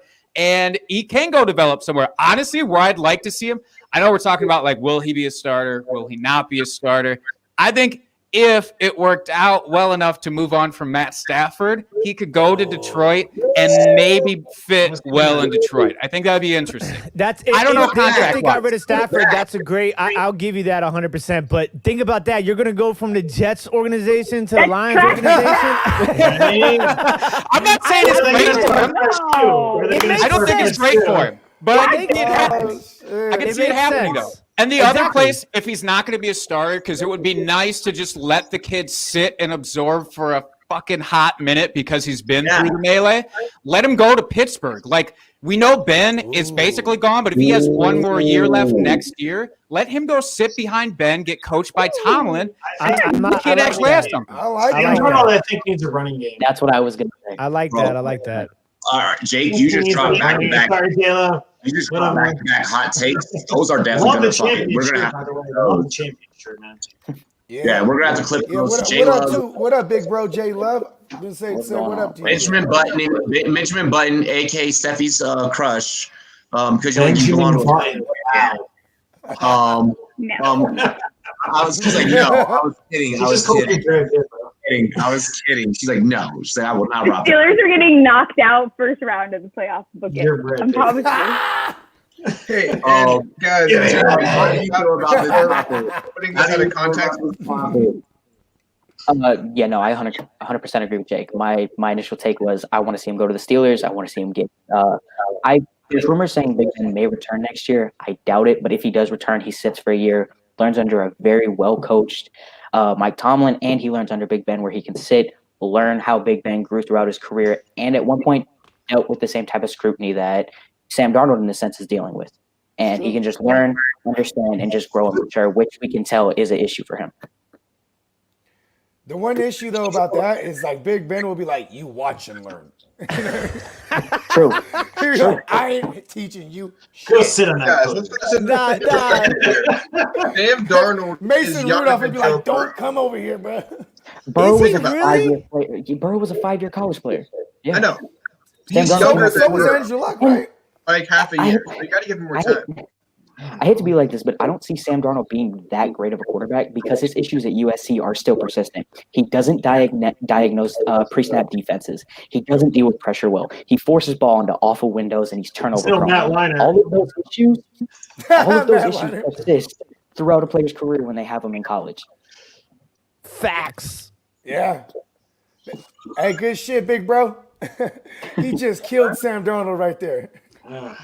Okay. I think he can be a decent game manager, but I don't see him being much better than that. Change the scenery. But that's why I said the Niners, because I think a good coach like Shanahan would be like, all right, I'm not going to allow you to fuck this up. Matt Ryan's going to be y'all starting quarterback for San Francisco next year. I like that one. That's the one I'm Ryan Tannehill could have been bad in Miami, but you know what? He's and then we go get like Kyle Williams. We got Kyle Williams He's done in a like the good second team in round. Tennessee, right? Like, I exactly. like that one. Thank you, Beard, because that one makes me feel better. I don't Matt want Ryan and Kyle Shanahan need each other. I don't want Darnold Schwarzenegger to be That's honest. when Matt I just Ryan had think his MVP year. Isn't Matt Ryan like 47? He's Maybe he's not far. Hey, look, but real quick though, Authentic brought this to my attention last week. Mike Glennon and 39. Matt Ryan look exactly alike in the pocket, young. Wow. Yeah, they do, young. I'm telling Isn't that you. crazy? Right. Holy crap. The only thing different is their hairline. That's it. Now you have me thinking of them. Literally like standing in their pocket next to each other, like when they're just so like. And then look, Glennon wearing number 2 in Jacksonville Like, also. Glennon was just like, yeah, oh yeah. Glennon, he the white Burton Hanks. Mike Glennon. He killed him. Hey, Mike Glennon hairline is so. Mike Glennon, give me my name. Hey, he salutes like this. Okay. Let's see here. Let's get into the next topic. Secret bald Mike Glennon. This one we all actually kind of get to shit on the NFC East a little bit. You know what I mean? Yeah, this is a good one. Probably the best My favorite. Fucking Steffi. I just like this team. Hey, sis, you want to start this one off and then we'll go back to J Love? Do you want to No, start? I actually think now is a good time for Bogart to apologize to the Giants fans for last. What? Hey, listen, Yeah. I like the Giants defense. You know what I mean? Thank you. And I like Daniel. I like Daniel Jones because he makes me laugh. Okay, goodbye. Oh my God, no. Let's go ahead. Bro, he's funny. No, I don't want to start. Okay, we're gonna start with J Love as normal. Go figure. You know, I figure that. Do you think that Jalen Hurts has what it takes to keep the starting job in Philly? If so, Okay, let me stop you there. what should the Eagles do with Carson Wentz? Okay, I honestly, like I started this. I think most people here that are consistent know I am a Carson Wentz truther. I have rode out with Carson Wentz. I think he is a top 10 to even top 5 talent quarterback in the NFL moving forward for the next 5 years. Doug Peterson is the worst coach in the NFL. That is not named Adam Gase because he doesn't deserve a job. Everything went downhill when he wrote that book. I want to explain this to you. The past 2 years, you have a terrible receivers coach, no wide receiver development at all. So you promote that wide receivers coach to your offensive coordinator spot after you lose Frank Reich after winning the Super Bowl. You decide to choose the worst positions coach in the NFL to become your OC. Then you fire him because he's awful. And then Doug Peterson's like, I don't know how to call plays, but you know what? I'm going to do them anyway. That definitely helps out your franchise quarterback who you just paid $30 million. And then you draft a quarterback in the second round. That helps his confidence after getting hurt for the past 2 years, and you even question giving him that contract. Really? Awful position. Carson Wentz is their QB moving forward. Doug Peterson is the issue. So is Howie Roseman. Negative $34 million in cap in this offseason. Just move on. Clear house. Rock out with Carson Wentz. You have a decent team. Clear cap. He is. And they're paying him a ton of money. A big old bag they owe him. Just a little bit. Jake?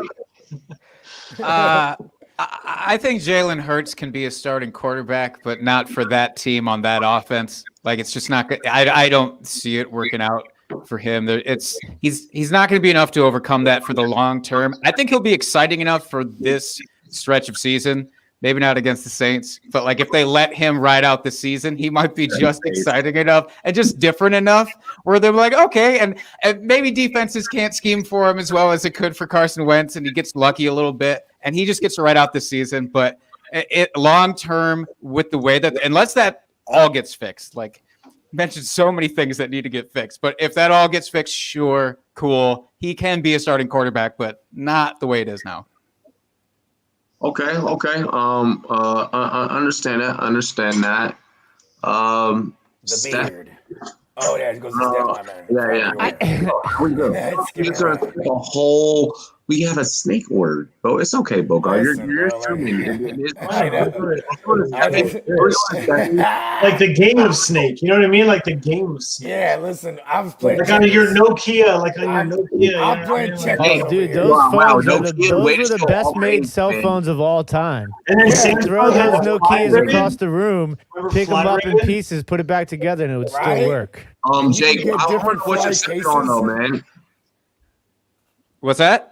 What are you sipping on, man? I see you got. It looks like some IPAs.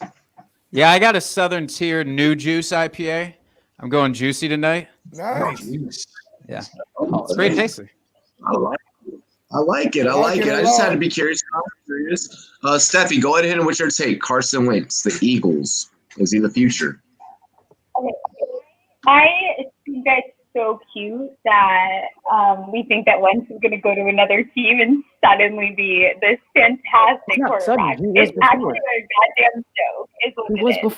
So what you're saying is we're blaming the rest of the team for Wentz's failures, right? Or is that, to be clear, that's what everyone is saying, that we're going to trade him so that he can be the same quarterback anywhere. I don't see him having success on a single team in this league at all. Jalen Hurts, I feel bad for the kid. You want to know why? Because he's going to go completely eaten by this system, and he's not going to succeed. And I don't see him being a starting quarterback next year. And that's that. Dude, I'm just trying to look at these numbers, right? And it's a headache. I mean, first of all, everybody, if you know what the situation is in Philadelphia, that like J Love said, they need a clean house. I mean, everybody got to go, pack the bags, to go. Everybody, GM, everybody, because the way they did their contracts, not just with Carson Wentz, but with all their players. They're so screwed. Like they're in such bad shape right now with the way that they're cut. $15 million next year. It's so bad. Like I'm looking through it. Like there's got to be a loophole, right? Like if I cut Carson Wentz after this date, and you know what I'm saying, like I can kind of slide some of this money to this year and back. Man, I mean, it is a mess. And It's a big mathematical equation. I mean, you need Goodwill Hunting to figure this out. Like the whole big chalkboard and everything, because it is, I'm looking at it, I'm just like, man, I feel like the numbers is just floating around like Minority Report right now. I don't think we can get nothing. It's bad. I mean, look, Like Jalen Minority Hurts, Report. I'm a big Jalen Hurts guy. You know what I'm saying? And not like Jalen Hurts right now guy. You know what I'm saying? Like I think he's a project. Don't take me wrong. You know what I'm saying? I was just gonna say that. Yeah, I think he's a project, and I think, and I'm always split on this 50-50 with throwing, because look, I don't know if you guys have noticed throughout the show so far, I drop a lot of young players' names. Because I'm big on the transitional scouting from college to the NFL, right? That's dope. And I think that, and I use a lot of that with fantasy too, because, it's a lot of the younger players, you know what I'm saying, are the players that you're picking up in your middle to late rounds when it comes to fantasy. And those are what wins you fantasy, whether it be season long or daily. It's not the first round picks. It's not the $10,000 players in daily. It's about the other things. You know what I'm saying? Yeah. But throwing all that out, you know what I'm saying? Like I'm 50-50 usually on, do I throw a young quarterback out to learn, or do I let them sit and learn? And I think every quarterback is a little different. Like you look at Justin Herbert, right? My man, they shooting holes in Tyrod's lungs, and next thing you know, Herbert's got to play. He drafted Herbert. You know what I'm saying? So it's like I drafted Joe Burrow, and Joe Burrow's doing well for me fantasy this year until he got hurt. Herbert, you know what I mean? But like you had to play him, and he had to play, and you threw him out there, and look, he was ready. You know what I'm saying? Like with Jalen Hurts in this situation with the Eagles, it's not necessarily a bad situation, because we all know Carson Wentz can move around the pocket, but Carson Wentz has trouble getting rid of the ball. He holds on to the ball way too long. Exactly. That's like his Achilles heel. With Jalen Hurts, you know what I'm saying? Like he's more elusive than Carson Wentz is. So, and what's the best friend of an elusive quarterback is a running back that can catch and tight ends that can catch. Yeah. And so Philadelphia has that in Miles Sanders. They have that in Goddard. They have that in Ertz. You know what I'm saying? So I can see it working. Now, as far as with Carson Wentz next year, I mean, you're going to have to bring in an economist. You're going to have to bring in, you know what I'm saying, somebody to really, but like, you can trade him. I mean, I think Carson Wentz is a good quarterback. I just think, Jay Love said it. Doug Peterson, he's gone off the edge, man. Like, if you listen to what he said in his press conference when they talked about Hurts being a starting quarterback, he's like, oh yeah, well, you know, we got to get the run game going for him. And I'm like, bro, he's going to be fired after this season. You couldn't get the run game going for Carson Wentz. Yeah, Doug Peterson knows what's up. He don't want to admit it. That's his fucking problem. He has another job. No, he already has something lined up. This guy is acting a fool. There's no way this guy doesn't have something lined up for next year. I'm telling you. Okay, Sven. It's not. I don't know. This is the Eagles. I don't like the Eagles. End it, take. End it. All right, well, then go to I'm a sour Cowboys fan from New York that lives in Texas now. What? Okay. Let's go move to see my team play. Weird. Jalen Hurts. I don't know. I think the offense, it needs to fit around him of what he was doing in Alabama, and it's not what they're doing in Philly, right? I don't know. They just Doug Peters, Jay Love, you legit nailed it on the head. Like it's the coaching. It is the coaching. It's the scheme too. If they want Jalen Hurts, yeah, okay, that's great. But Carson Wentz, they paid this man a lot of fucking money. No one wants to admit it. They're similar players. They're really similar players. They're best when they're moving outside of the pocket and getting the ball out of their hands fast. Set up play action, short, shallow routes, let concepts develop, and Carson Wentz will get the ball out of his hands outside of the numbers. It's when he's best. So is Jalen Hurts. It's the same system that would fit them. Doug Peterson doesn't run it.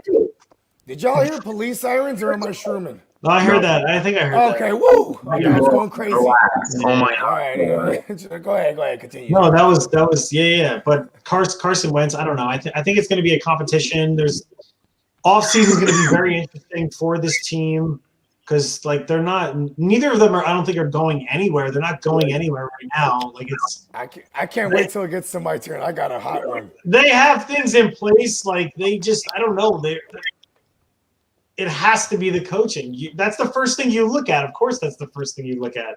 Hey, this isn't working. Let's fire the head coach. Okay, great. Or let's fire the defensive coordinator. JT. Damn it! I wish Jim Schwartz. Jim Schwartz. I like Jim Schwartz. No, Greg Williams. I like Jim Schwartz. He's good. Yeah. JETS, Jets. They just fired Greg Williams. No. Okay. Let's go, Jake. How you feeling, bro? I don't know how you move him. Oh, he's owed like 32, 34, $37 million the next 3 years.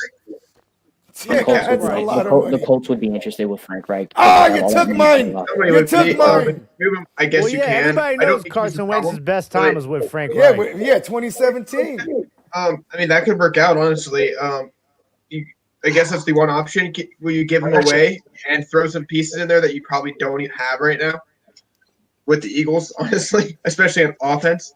So you're going to have to give things away to get rid of Carson Wentz, basically. And if that's the route they want to go, they're going to have to do it. Fire the coach, totally rebuild.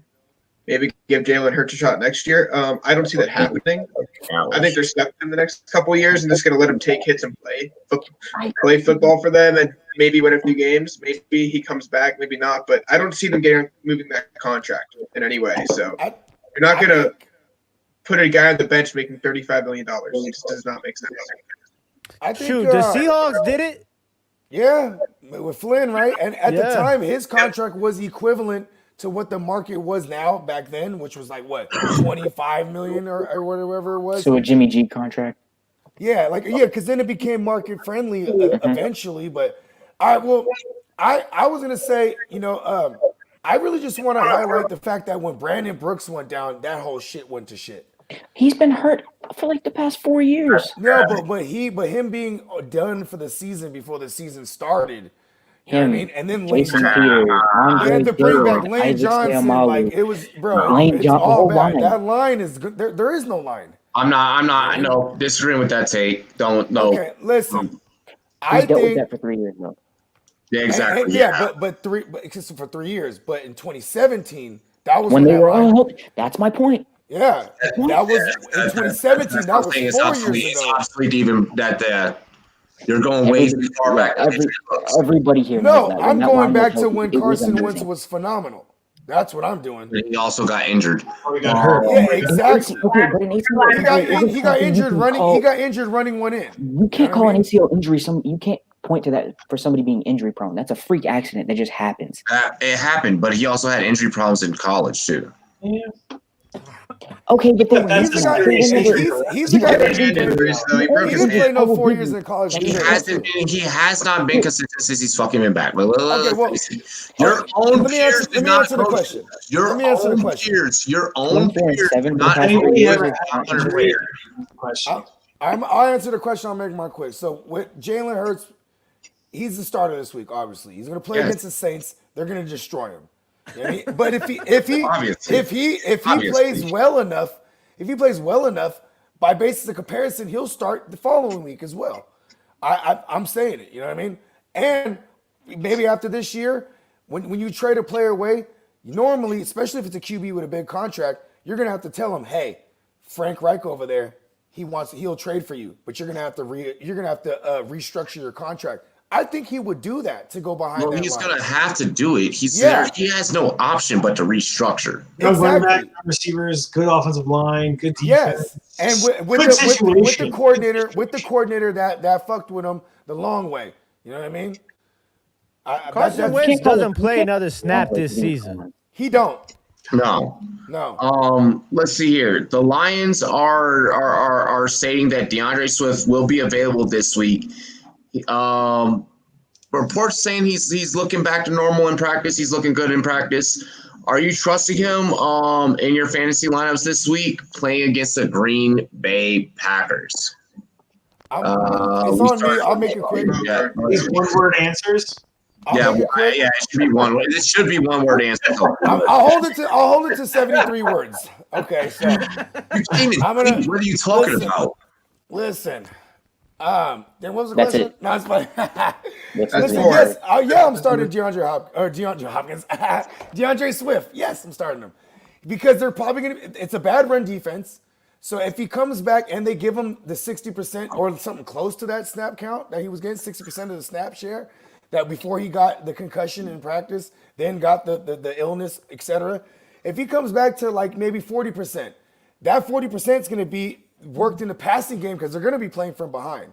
So in the PPR leagues, which everyone should be playing or reconsider your fantasy life, DeAndre Swift is going to pile up like fucking, he's going to get like 11 targets, bro. I swear to God. So yes, I would start him. All right, Jay. Bam. 72 words. Jay. Well, I agree with that. He should, and they will probably fall behind. So don't expect any rushing touchdowns, rushing yards, because it's the Lions. But he can catch the ball, he'll produce, and the Lions will have to throw. So yeah, I agree. Steffi. You have the same question. I just want to be clear. Can you just repeat it back to me? Because I don't know that. I'm just confused by the answers. Pretty much your fantasy owner started DeAndre Swift this week if he is healthy. Okay. I thought we were at Julio Jones, and I was like, holy Not yet. Not yet. Respect for all You of always right start him. now. Always. I don't know. With Swift, I wouldn't start him, honestly. And I'm going to get a lot of hate for it, but that's all I have on Swift. I have nothing else to say. I just wouldn't start him. I don't really have a good reason why. I just wouldn't start him. You're just worried about the health. That's all. I wouldn't start him. I don't trust all these guys. Like, they keep, I don't know. Someone else goes. Look, for me, it's difficult. I know it's supposed to be one word. I suck at one words, but like, I mean, I have to have some sort of like situational, like, build up here, because it's like, do you not have nobody else to play? Then yeah, you gotta play Swift. I mean, are you playing daily fantasy where he's probably going to be a little cheap and under-owned? Then, yeah, you start Swift. But if I have, you know what I'm saying, like Cam Akers, who I started, and not DeAndre Swift, then I'm not going to start DeAndre Swift. So I think you really have to take into consideration the situation at hand here. But I mean, if you want to be like really vague about it, then yeah, obviously, I always want to start somebody who has, dual threat, whether it be like a quarterback who's going to give me rushing yards. It doesn't have to be like Lamar Jackson, but you know what I'm saying? Somebody like Josh Allen who gives you 50 yards rushing a game and passing. And then it's like, is it a receiver who's going to get, you know what I'm saying? Is he a volume guy? And I'm looking at targets, you know what I'm saying? So like with DeAndre Swift, if he gets 60% of the touches, then that's pretty good because I mean, I don't know about 11 targets, but he might get, somewhere around the range of 5 to 7 targets. So Yeah. I think realistically, if you're in a bind and you don't have anybody else, he's a good running back to start because of that. He's a desperation option. There you go. Desperation. I'm not like running out my house. Swift at number one. You got bigger This is perfect for you right here. This is perfect for you right here with your Swift take. Dude, Miles Sanders. I mean, that Saints defense is brutal, bro. And you have Number one in Jalen Hurts DVOA. stuffed in that box. No, I might start Swift. I'm starting Swift. Hey, no one should. I wouldn't even start Sanders. Go For pick. real, for real. I hate it. You don't know what the offense is going to be. Like, Boston Scott's been the better back. Jalen Hurts. Miles Sanders. Spin. I would go Swift, man. Swift, when he's out there, AP and Kerryon Johnson just disappear. Like, And there is no carry on this week neither. Right? Like, so I think you have to. So here's the thing, though. I feel like if you drafted DeAndre Swift, you drafted him kind of early, no? Yeah, you drafted him with intentions like your starting running back, like one of your starting running backs, potentially, depending on how you drafted. But I don't know. Depending on it, it's all situational. That's the thing, though. Like it's just DeAndre Swift. You have to start him. I feel like on game script because he's gonna get receptions off game You script. I feel like drafted him as a high RB2, and you were probably hoping he'd produce more than this. And if you could play him because you probably drafted him high, you probably have to give him a chance at that point. He was drafted as a low too. Jake? Yeah, you fucking start DeAndre Swift this week against the Packers. Like, there's no doubt in my mind. I'm sorry. Like, I watch this bullshit team every week with this run defense that can't stop shit. And Miles Sanders is just bad enough, apparently, this year to make them look okay last week. And that's not real. That is not real at all. You start DeAndre Swift. I don't care if he gets 25% of the snaps. He's going to be fantasy relevant for you this week in your flex spot at minimum. Let him know, Jake. Yup. McKissick over Swift all day. That's an easy one. I would do that. Yeah. McKissick. You want to Can you talk get about Poker in your lineup? Okay. Can you get Poker in your lineup? So I have the same question actually. I have a league where I'm flexing DeAndre Swift, so I am He's starting him asking for a friend. over both JD. I'm The starting same. DeAndre Swift over both JD McKissick and Gio Bernard this week. Just Don't for do me, Gio. DeAndre Swift. Don't do Gio. Don't do Gio. I'm starting DeAndre Swift. He's only had under 4 targets once this year, where he only played 9% of the snaps. He didn't even play in the game. Other than that, he's a consistent target guy. He almost always has 2 or 3 catches for 20-plus yards. And you see the past few weeks when he is healthy, he gets that 60+% snap share. And when he gets 9 or more carries, he's always in double-digit figures. He was an RB2 Talk that shit, before he big got bro. hurt because of the fact he was so efficient, even being a part of that committee. Once he has his backfield, he is an RB1 when he plays, and he's proven that. Start DeAndre Swift this week, no matter what. Yep. No matter what. I'm recording that right when we get off. Next topic. So hard. You're so fucked, J Love. Next topic.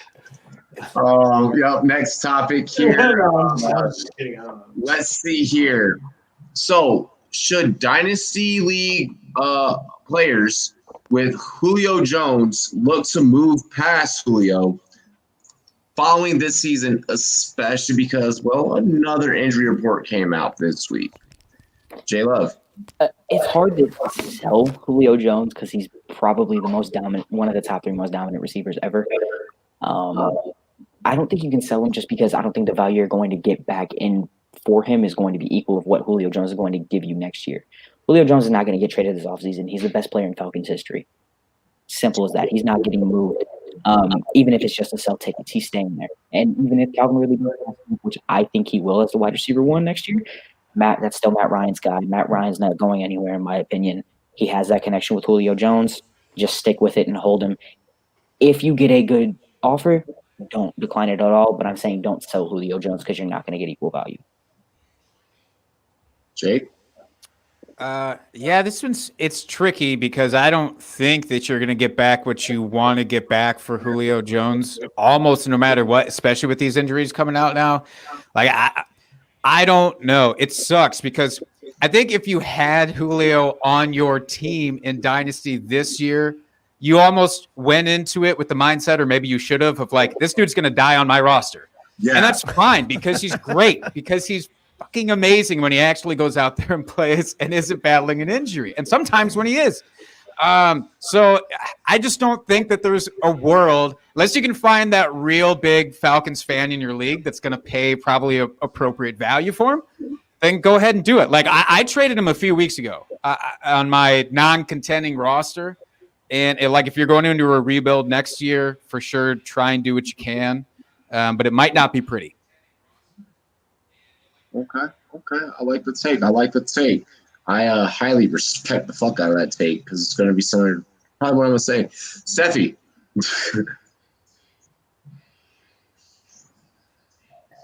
I hate Julio Jones. So Oh my gosh! How could you hate Julio Jones? He's like the nicest guy in the world. He's bullshit with him all the time. He's not reliable. But you're not going to get anything for him unless someone in your league is an idiot and is going to buy him. There's no reason. I mean, really, you don't know what you're getting with that guy ever. If he does play, he's only playing till third quarter and then he's out. You can't rely on him week to week. Period. She is actually she's right. Coming from someone that's owned Julio like multiple times, or who's rostered Julio multiple times. I don't like using the word own, but has rostered Julio multiple times.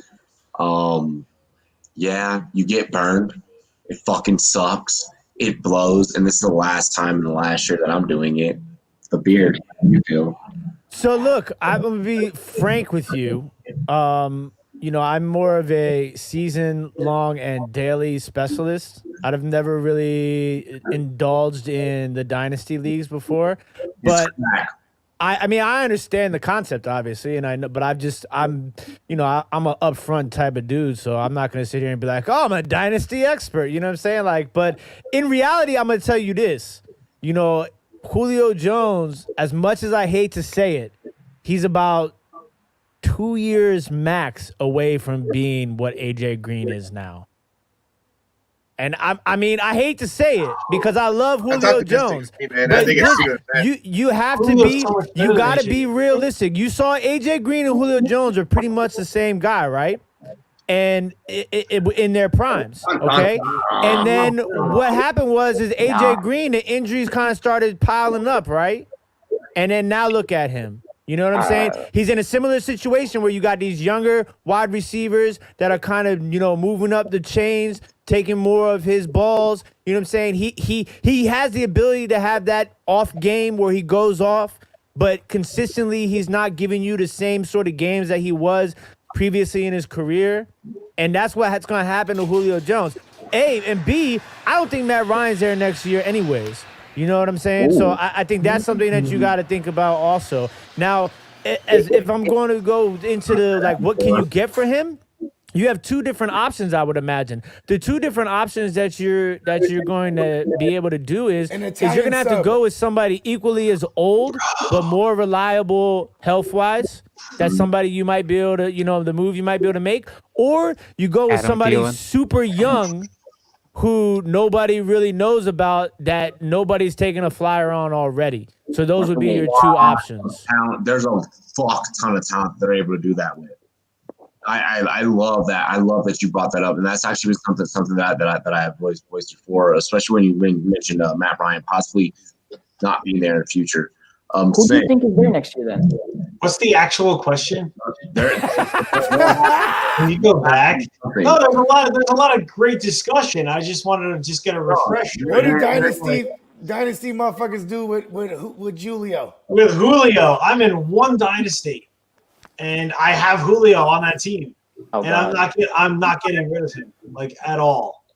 If he's going to only play 10 games out of the season, he's probably going to do pretty well those 10 games out of the season. if I know that he's at least out instead of all of this bullshit during the week where they say, oh, Julio hasn't practiced for the past 6 days, but you know what? He's going to start this week and he's going to put up 10 catches. How do you decide what game he's going to play, though? How are you deciding that? 30 Matchup minutes base, I guess. How are you reliably deciding what game he's going to be in, though, at this point? You never 30 know. minutes before kickoff, I'm you'll know. saying, like, we know he's out. Contact his We know orthopedic he's out. doctor. This week. I'm saying, like, he's out. Like, Yeah, he's on my bench. I'm just saying, like, that's where I was going with it. So I don't know. I still keep him unless you find somebody who is also going to think he's low value, but I would keep him for now.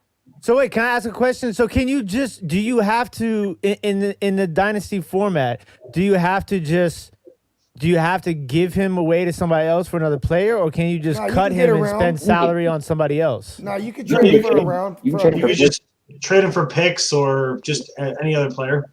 So in a dynasty league format right now, is somebody like a Tyler Johnson available, a Van Jefferson available?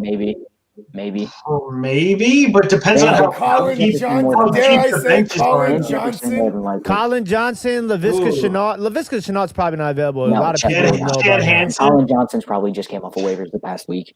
Yeah, because I mean, like somebody like that, like you have to look at somebody like Van Jefferson, because Van Jefferson in St. Louis, like Robert Woods, Cooper Kupp, that thing's only going to be going on for so much longer before they're not, the contracts that aren't going to add up. It's not going to work out. Van Jefferson's going to step up into that one of those big time roles over there, and like Bogart said, I love Colin Johnson also. Yeah. I mean, even somebody like a Denzel Mims. I mean, Denzel Mims, I think has tons of talent. And I think, you know what I'm saying, you're bringing in a new quarterback. That's going to change the situation there. KJ Hamler is another guy. Somebody like that. Joe Reed is another dude that you might want to think about who's nobody's really looking at. So you might be able to get a Brandon Ayuk off of somebody too. Like pure receiver than Joe Reed. You got to sell him on name value. I don't know. I would still keep him. And I still love Julio. He's electric. He's awesome. Like when he plays healthy, when he's healthy, he performs. So in Dynasty, I'm moving Julio to go and get youth.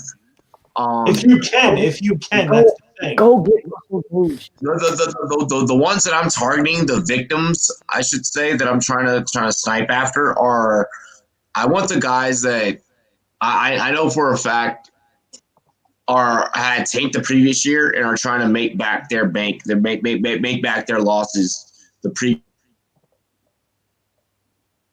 year.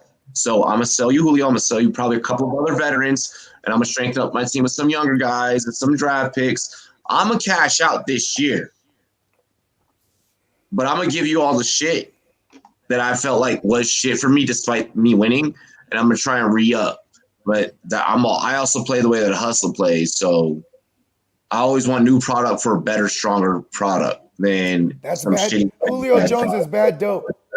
Yeah, Julio Jones is bad dope at this point.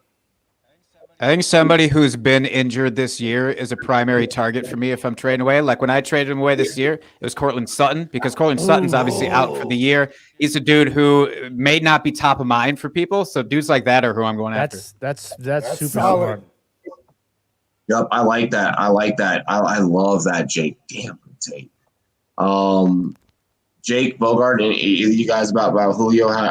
What's your strategy approaching Julio in Dynasty? Go ahead, Jake. I mean, you got to play him when you can. Obviously, this year for Dynasty, it's probably going to be tough to move him because to me, he's like the end of prime Andre Johnson, where if he plays, he'll always find you yards. But even if he's healthy, he just for some reason does not find the end zone. Like Andre Johnson had like 1,800 yards and like 8 touchdowns that one year, which is insane how you could only get 8 touchdowns with that many targets. So I feel like throughout his career, he's not been a touchdown guy minus that, I would say, 2 years before the Super Bowl up to that Super Bowl run. So he's always been kind of one of those, he could go off in yards. I think you should try to move him, but it's going to be really hard at this point, especially if you took him for his next 2 years, because he'll be 33, 34 by the end of your dynasty draft. So I think people who are smart would notice that and be like, I don't want a 33-year-old former number 1 receiver to trade for. But that's my take. On a massive contract also. Yeah. Well, I mean, Yeah. I try to move him. I try to move him like a dynasty draft is 4 rounds. I try to get somebody second round at best, and then pivot down to a 3rd round if I could do that. You know what I mean? Or I would go, aside from like a good player that's injured, like Jake said with Cortland Sutton, maybe I'll try to get like a Jalen Reagor who's like been kind of a quote unquote bust because of the situation he was in, and just be like, "Here, I got this Julio for you, bruh." You know what I mean? And maybe I could do something like that, or really just, I really just try to trade him away for a round. You know what I mean? Some kind of pick. Let me get something. You know what I mean? Give me an Italian sandwich. You know what kind of Italian sandwich, my Listen, man? loaded, everything on it. Talk to me, bro. Welcome Extra copy pepperoncinis. Kyle Korver trade. You know what I mean? Give me. I live in Texas. I gotta make it myself. Wait, you from New York? Where in New York was you from originally? Orange County, my man. The upstate. The real see yo. Oh, okay. I lived in New York for a little while. That's why I asked. I was in Monroe, New York, where Velveeta cheese was actually invented. Velveeta cheese, give me money. That's right, Velveeta cheese, give me money. We Give me money. Here, Monroe, New York. It was near the Woodbury Commons. I was probably like an hour west of New York City. Okay, so I lived in Brooklyn for a little while. Oh hell yeah, dude! I lived in Brooklyn in this neighborhood that's not like what it used to be when I lived there. It's like gentrified now. Yeah, it's crazy. Like I was living in Park Slope, and like in 2002 when like my 3-bedroom apartment cost like $1,600 a month. Like now. That same apartment is like $6,000 a month. Yeah, it is. Bro, it's so expensive. It's like, hey, New York rivals Northern Cali, or just Cali in general, because that's where I'm at. You pay for convenience, my man. That's here in DC though too. DC not cheap. Yeah, DC's not cheap, bro. Cities are not cheap, bro. What I used to pay in DC, what I used to be able to get back in the day for like, a cool like 800, 900, that shit's like 16, 1700 now. You know what's crazy? Even Philly's getting gentrified in the motherfucker too. Where you go.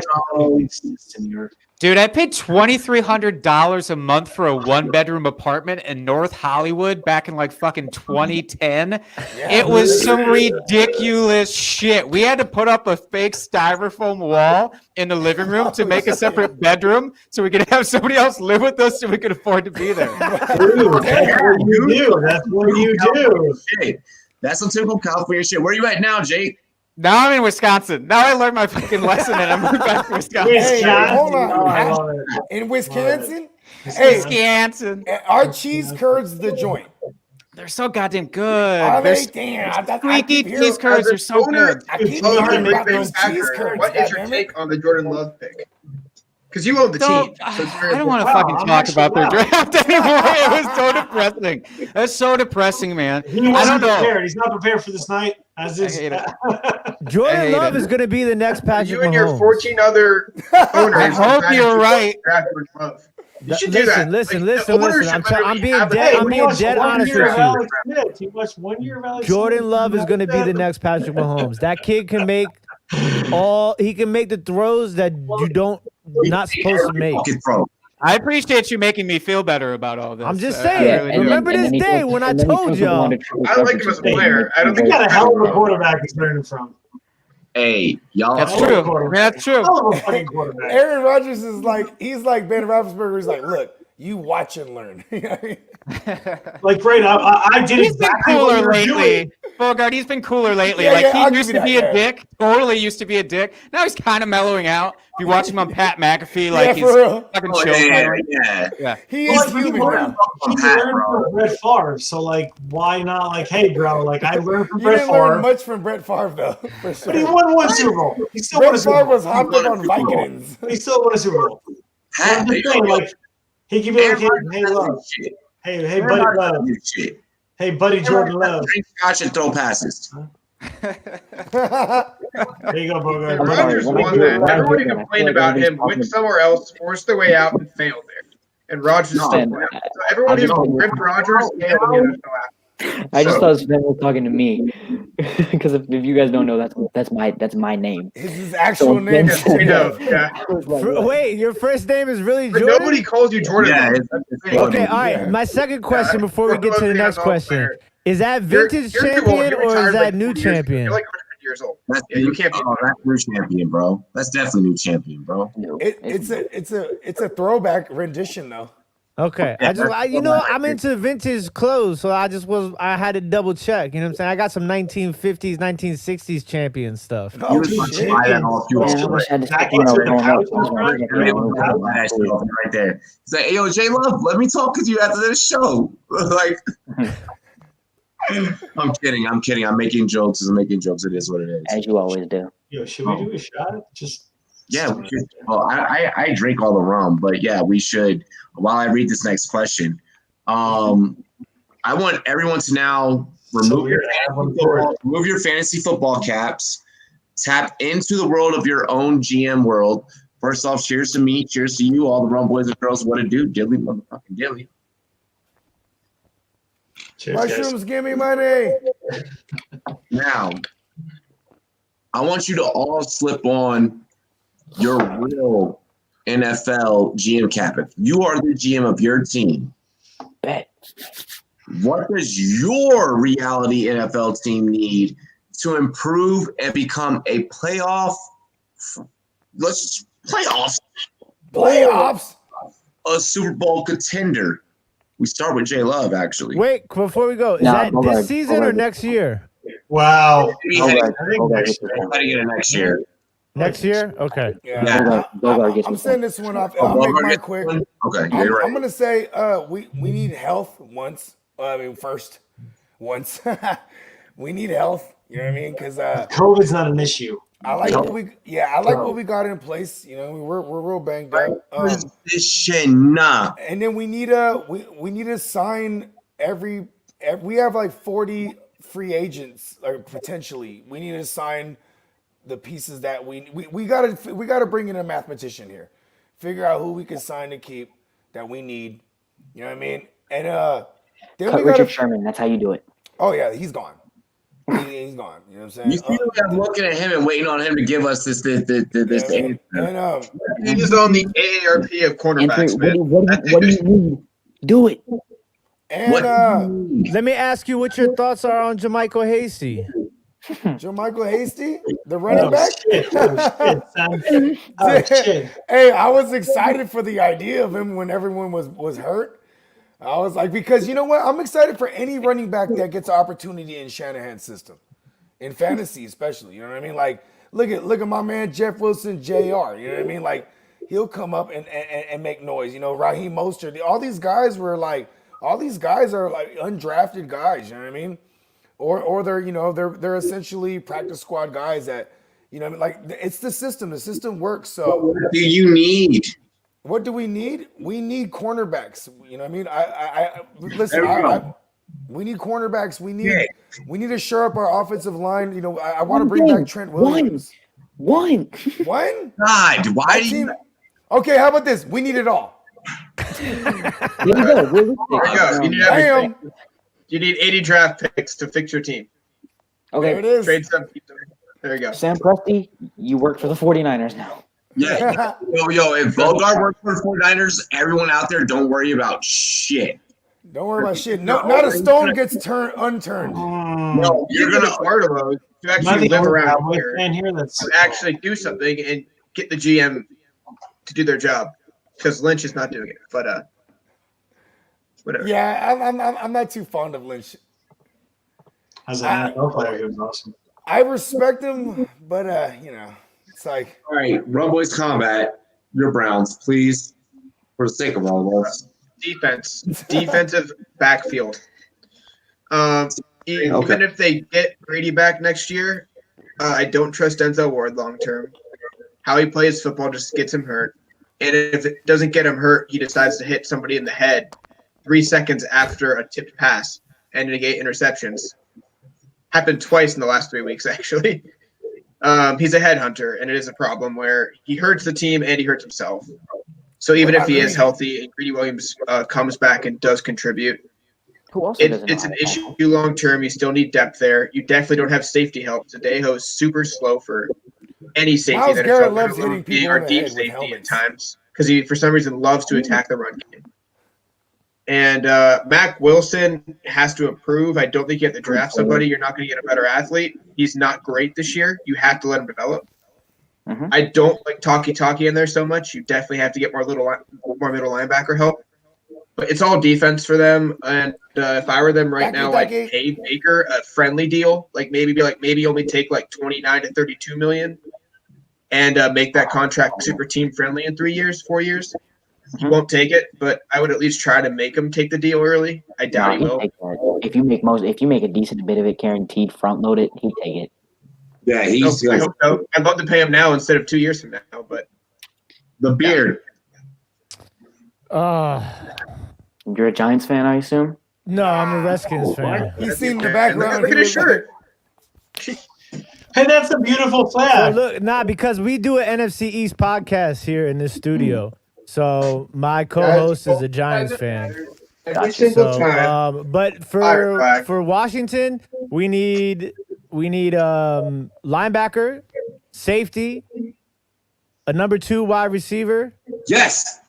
And I mean, that's pretty much it. The quarterback situation is not going to take care of itself in 1 year, so I'm not going to worry about that right now. Same. I'm going to worry about the things that I can, not a take care of and kind of help. Dwayne Haskins could be good. No. Listen.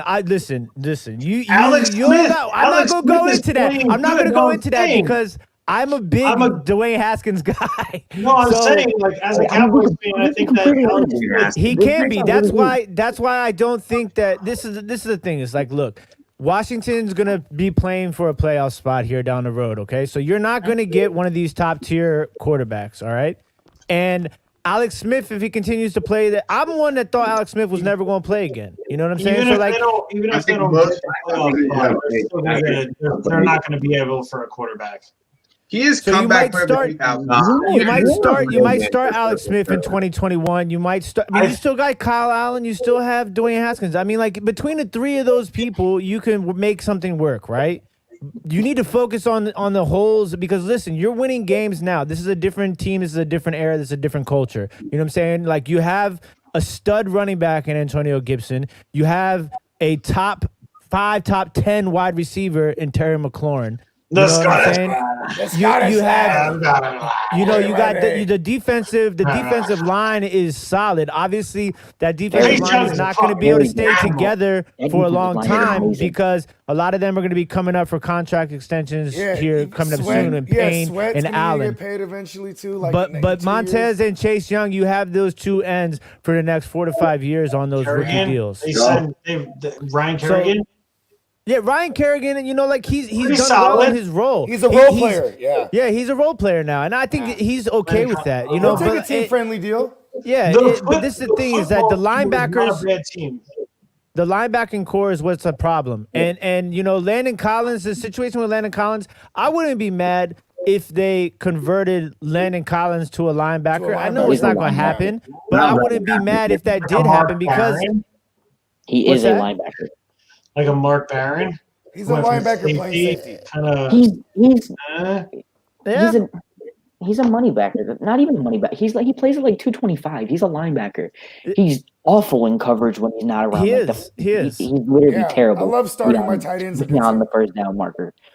If he's not in that box. Everett has showed up. Cameron Curl has produced pretty well also. And I like our corners. I think Darby has shown up. He was awful in Philadelphia, but if he's healthy, he can play well. Kendall Fuller had a bad game this last week, but he's been really good this year. And I love Jimmy Moreland. Jimmy Moreland is one of my favorites. I think he's getting better and better as time goes on, and then he's perfect in that slot. You know what I'm saying? And in the nickel, so it's like. And I love Cole Holcomb at linebacker, but you got to get some other linebackers in there. Did Holcomb get hurt this week? What's that? Did he get hurt? Did Holcomb go down last week? I'm not quite sure. No, he's good. He's Foster on contract next year, or is he inexpiring? Who's that? Reuben Foster. I know he's on IR right now. He's on a rookie contract still. I don't know. I don't think he's in a tough comeback situation. He got picked up.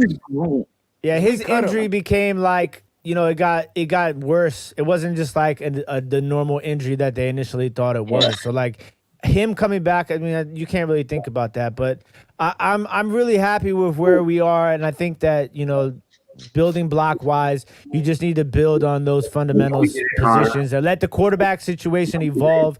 You know what I'm saying, over the next 1 to 2 You're a years. Ravens fan. Worry about y'all's fucking Greg Roman bullshit. Zane. So I guess I'm a Cowboys fan. Are you really though? I really am. I really am. You're not like a Buffalo You're fan or a he's Giants not a fan, right? It's the weirdest Well, how thing. It's old are really, you? It's really. I I'm surprisingly 33 years old and 12 months. Okay, so 33 years and 12 months. That's so how old I am. you're in that 90s Cowboys era sort of Emmitt situation. I Smith was understand. my favorite player growing up, and then I saw him act in Little Giants, and I'm like, is there something this guy can do? I'm like, come on. He does it all. I'm like, are you kidding me? He even Yes, makes I'm going to Julian be a fries. Cowboys. I'm going to be a Cowboys fan. And then therefore Sven joins fantasy football to soften the blow being a I'm Cowboy. like, come on. Look at this guy. He's great. You're great. So, yeah, I was a Cowboys fan. Then I moved from New I know what you York. guys need Jerry Jones to croak. Dude, don't you say that. I was gonna say that but without saying it. I can't. I don't think the Cowboys are gonna win anything with Jerry. That's it. That's my piece. I don't honestly, here's the thing. If they really I don't know, Mike McCarthy, he's a good coach. Is he the answer to the Cowboys? Probably not, but they have the weapons in place. Yeah. This offense could be absolutely fucking disgusting, which it was. Do you guys need to sign Dak? Dak Prescott, if he is not with the Cowboys next year, I'm not going to be surprised. I don't know. This organization, Jerry Jones is in. He's a mess. The guy's a mess. He thinks about men in the shower. I don't like I don't like Jerry Jones. I'm sorry. I don't think it's good. I don't think anybody really likes Jerry. No, right? I mean, come on. Like, I think people like his money. It's Jake. No son knows that we're not doing that. So wait, let me ask you a question. Do you think does Mike McCarthy keep his job? No. Yeah. Yeah. Kellen Moore is gonna get a shot. I don't know. Kellen Moore, I think he's a good, decent, offensive coordinator. I think he understands the game. He's a smart individual. I mean, he went to Boise State. You know what I mean? You're going to give McCarthy another shot. But McCarthy, exactly. I don't think McCarthy's going to get fired. Maybe, but it all depends on if they pay Dak. If they're going to pay Dak, I don't know what. Would you pay Dak? I don't know, man. I know, not for what you. I don't know, man. I think Dak could thrive somewhere else in this. Or Jerry Jones is a poison. I'm gonna watch Dak. Jerry Jones is a Shit out of poison. Dak. I would get the shit out of him, but Jerry. So let me ask you this: after the injury, are you? So let's say, would you give him? Does the injury have any effect on the deal that you're going to give him? Would you, if you were going to sign Dak? CMC also too because he's banged up. Right, you know what like. No, not the same thing. No, I'm just saying though. I'm saying though, like these injuries are like ridiculous right now. That's happening that we would normally not see. CMC's a healthy guy. Dak's a healthy guy. Why are we seeing all of these injuries this season? I mean, look, my theory, the whole thing on the theory is with the injuries is the speed of the game and it is getting faster, and the human body is just moving in directions with weights and speeds in which it has never done before, which is why you're seeing more injuries. We're not building specimens that we thought we were. Listen, that's not the question. That's not the question. No. Look, Sven, yeah, you drink that fucking drink. No. You're not getting out of this one. So it sounds like to me, we're gonna get into Jake. It sounds like to me though, I just want to bring up Lynn's take. Go to Jake 2. Jake 2? Yeah, Jake too. Right. But it sounds like that's Vin. You know, you're okay with whatever the fuck kind of happens. You just want to figure it out until Jerry's gone. I don't Okay. I'm actually hoping. Here's what I'm actually hoping for. I'm hoping that the Bills lose, and that I can become a Bills fan because I'm from New York. You know what I mean? Like they're the only true New York team. No, that's not allowed. You're allowed to be a fan of one team of life. That's it. That's the rule. No. Yeah, that's the rule. That is the rule of the man. No. That is a man law. You can't switch teams. Dude, I am a Washington fan. I am a Washington Redskins fan. I have dealt with losing for 20 plus years. You know what I'm saying? I'm a Baltimore Orioles fan. We have one of the worst owners in all of sports. Yes, Sven, if you really like being depressed, you only get to pick one team for your entire life. And you have to ride out all the miserable years. Now I understand. Now I understand. Now I get it. He said Baltimore Orioles, so I get it. Break down your Packers. What do you guys need?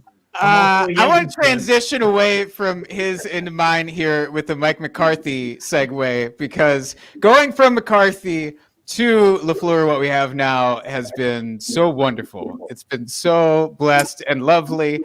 But I do have to say, like, you don't bring in a coach like Mike McCarthy for one fucking year and then just be like, well, this year didn't work out. When your starting quarterback went down a few weeks in, you're out. Like, that doesn't happen. So the dude's going to be there next year. I think you pay Dak, by the way. I just if you look at the games with Dak and the games without, and that's not enough for you to open up your pocketbook for what the dude is asking for, then I don't know. That's just weird. That's why Jerry Jones needs to die. The defense is atrocious. Dak is incredible. Rest in peace, Uncle Jerry. Yeah, Stop I don't know. So Castles. Like, I would pay Dak, but that's not my team. As the Packers homer here, we just need a run defense. That's all that I've been wanting for so long, and it just feels like we had the opportunity. I want the time machine to go back and draft Patrick Queen and be done with this whole thing and just feel good about next year. Like, I know he wouldn't be everything for this year, but I'd feel a lot better about next year. So if we can draft some solid run defense dudes for next year in the draft, that'd be great. Patrick Queen is a bad man. Yeah, that's a bad motherfucker. J-Lo. We just need that level. Like, I don't care. Well, I'll deal with the wide receivers that we have. I would have been will okay learn if you guys to got love. Kenneth Murray too. Like, I would have been okay with that. Find the reincarnation of BJ Raji.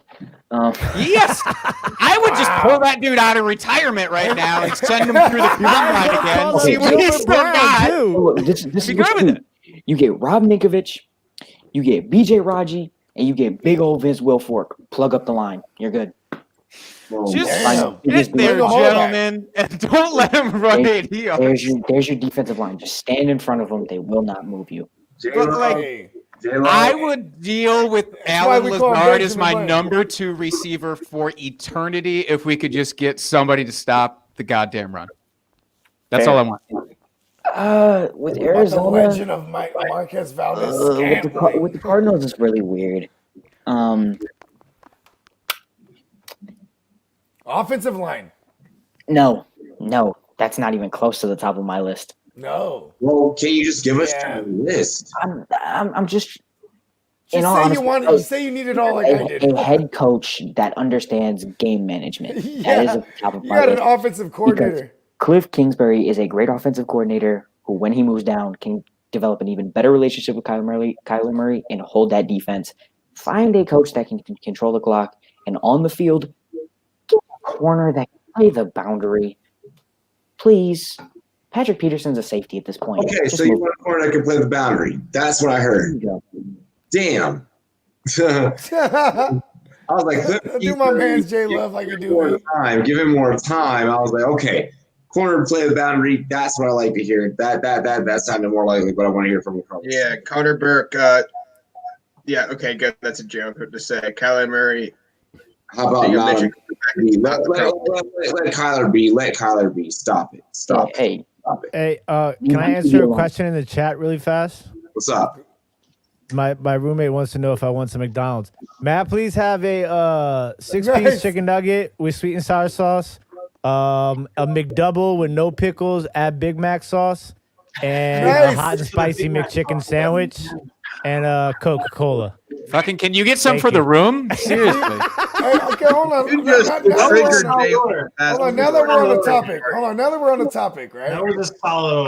I'm a fan. I'm a fan of I'm a fan of doing the double sauces. Like when I do sweet and sour, I like getting hot mustard too, and I do the I'm a sauce connoisseur, so you know what I'm Yeah. saying? Like, I And like I- my aiolis and all that good Oh, stuff. yeah. And I Am like I the how first you person to got ever the- make a McDonald's order on this show? Nah. Listen, but you're not the Yeah, first you person. are the first person making the McDonald's order. Oh yeah, that's for sure. Yeah, but McDonald's No, has that's definitely been up. hot and spicy McChicken authentic. That's the last part of that order. Love it. Thank you, guys. You know what makes me mad? It sounds like you order that every time. Order through the fucking chat. No, let this happen. It sounds like you order that every time. you go to J-Love does McDonald's. not like people who don't order without stuff. He just rushes doesn't fast remember. food and just make it the same thing, make it set. That's keep like it a set. solid. That's like a solid $7 order right there. Like $7, you got everything you needed. Exactly. It's gonna be awesome. Yeah. I'm a professional. What McDonald's, can I give say? me money. McDonald's, give me money. Give me money. Ladies and gentlemen, this has been Rumboyz After Dark. I need money. Here on the Rumboyz Fantasy Network. We've been rocking it for the last 2 hours plus, but I'm going to go ahead and make sure the crew go ahead and outro themselves, make sure that you know, they handle their biz. J-Love, we're going to start with you. Tell them where they can find you. Because we're trying to get you to peak right now on Twitter, so talk. Yeah, for real. Rumboyz J-Love on Twitter. Follow me there. Finally hit 100 followers today. Shout out to Robbie for that. Other than that, rumboyz.com is where I'm posting my articles. Probably gonna have one out tonight. Gonna bang that out to mock draft. Check it out. Ooh, other early than that, mocks. check out all the other guys. That's it. Yeah, the beard. So you can find my show on the YouTubes. The name of the show is Authentic and the Beard. We are live Tuesday nights, Thursday nights at 7:00 p.m. Eastern Standard Time. We also have a show Sunday mornings called The Parlay. That's 11:00 a.m. Eastern Standard Time. You can find Authentic and the Beard on Facebook, Authentic and the Beard on Instagram. We're on Twitch. We're on Periscope.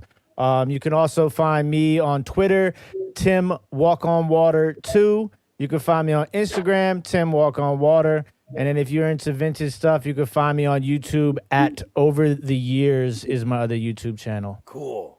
I'm gonna check that one out for sure. Yeah, I'm definitely gonna check that shit out. Hey yo, Sven Data. Yo. Dada.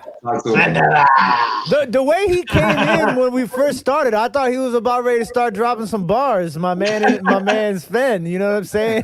He was like, "Yo, what it do?" I was like, "Okay, it's 16 about to come out right now." About to drop bars. The chat, that's yours.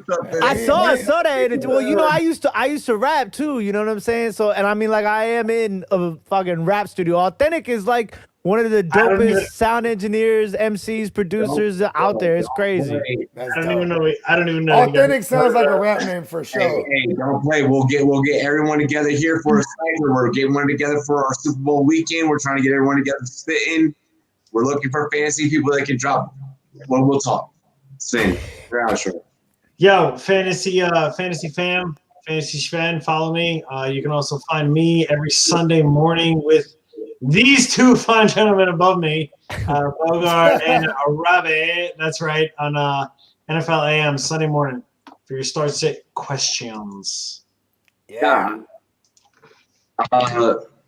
Jake, talk to him. I just missed that catch. Go ahead. That was great, by the way. That was impressive, and I'm dazzled right now. You can find me on Twitter at Jake Trowbridge, as my name is also Jake Trowbridge. You can find our podcast, Drinking and Talking Fantasy Football, right there in the name. It's at Drinking Fantasy on Twitter. Just go, I don't know, go look for us. Go search for us. We're around. Hey, I've tagged Jake in tweets. You can follow Jake. If you literally just type or tap right in his bio, it'll take you to their podcast. Give them a listen. Check them out. Give Jake's account a follow.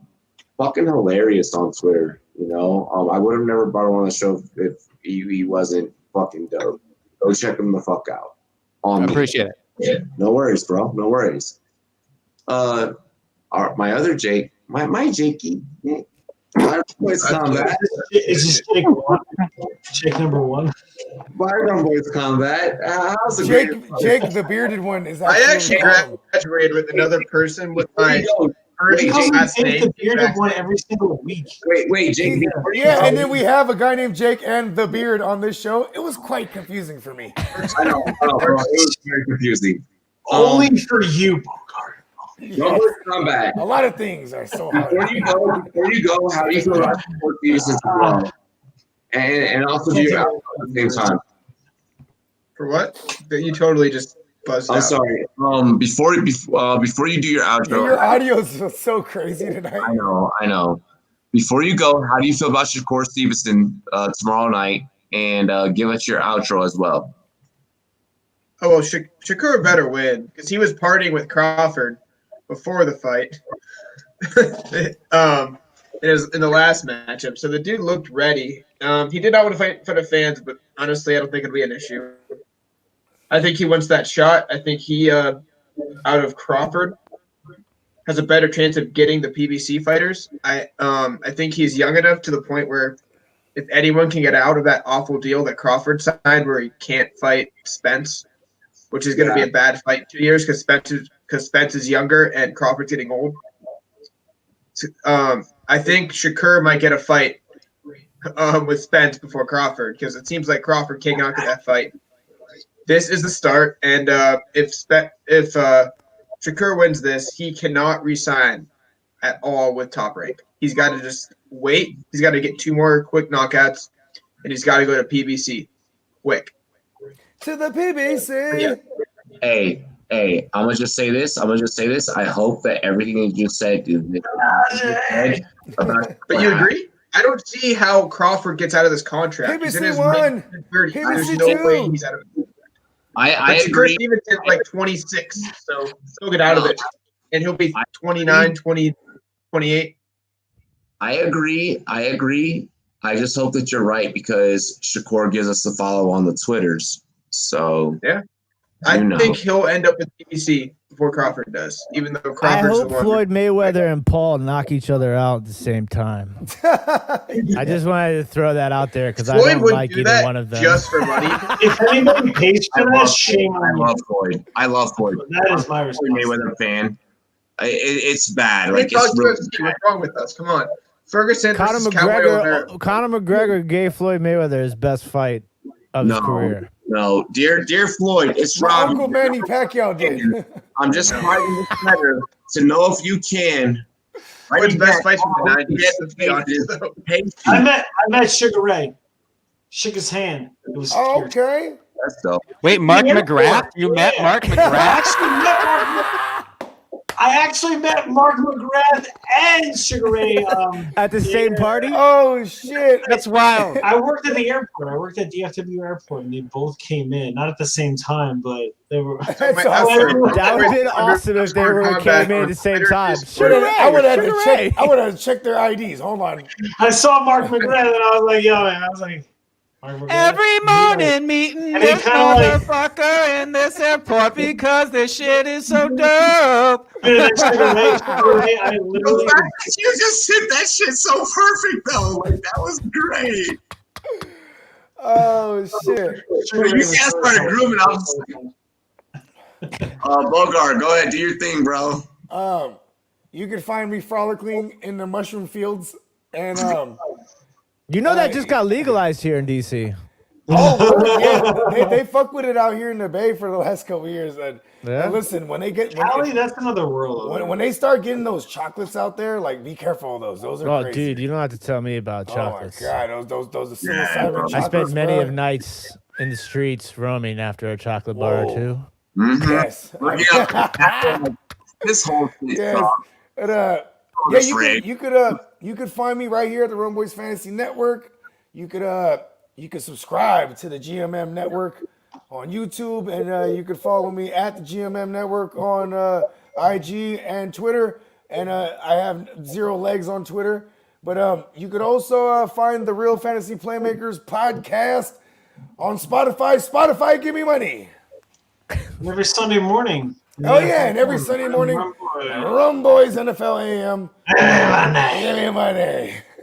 I mean, I feel like they know what to do on Sunday mornings. But Give hey, me money. make sure that you guys hit that notification bell first off if you're tuning in right now so that you get notified about whenever the latest, greatest, hottest sports takes podcast, you name it, whatever the fuck we got pumping out, we're pumping out. So make sure you guys, hit the bell, subscribe, like, comment, subscribe and comment to all of these fellas. They've been working hard all night to provide you guys entertainment, make you guys laugh, drop sports takes. So check out, Rumboyz J Love. Check out Tim Walking on Water on Twitter and on Insta. Check out The Beard. That's where you can find him.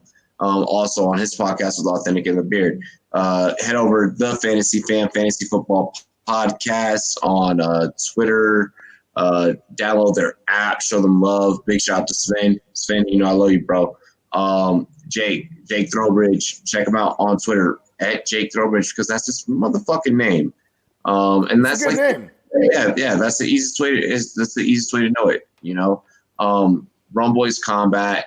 Check them out on Twitter. Check them out on rumboyz.com if you guys have not already. At the GM Network, Bogart Scott-Free. I appreciate you, brother. My co-host. So much love, so much appreciation, my dear friend, my brother. He has to deal with me like 6 days a week. Yeah, I know. And he lets me eat mushrooms every Friday. Don't forget to shout out Patrick Mahomes too, man. Shout out to Patrick Mahomes. Mini Mahomes. Miles, hey, Miles. Steffi, I appreciate you for coming through, chilling with the crew for a hot minute. Justin, Rock Management, I know that you're in Vegas right now. Play some bets, get that money. Where's Justin right now? He's in Vegas. He's on a plane. Vegas. Vegas, give me money. Yo, can he let us know how it is over there? Like, what is it like? It's nothing like what it's normally like. Yeah. It's dead. It's not like real Vegas. My pop still he does real estate out of Vegas, so he goes there frequently. He's like, it's different out there now. Oh, that's probably nothing.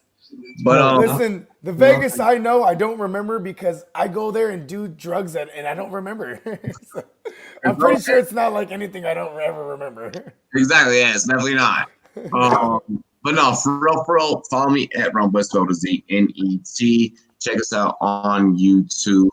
Definitely hit the subscribe button. If you're viewing us on Sportscaster, check us out on YouTube. As of late, that's where you're going to be able to get all the updates coming here in the future in the next couple of months. Let's see here. Periscope, Twitter, Insta, TikTok, Rumboyz Fantasy Network. Google us, rumboyz.com. Other than that, Happy Hanukkah. Yes, happy Hanukkah to everybody out there. Good night, yo. Let's go. Is it Hanukkah already? Yeah. I'm from New York. Yes, I have a lot of Jewish friends. Me and my girlfriend, we just lit our very first candles. Fiance. Me and my fiance, we just lit our very first candles. We're gonna go ahead and hit the outro, and then everyone's gonna sign out. Also, while we sign out, the MLB Hot Stove will play from our homie Eric.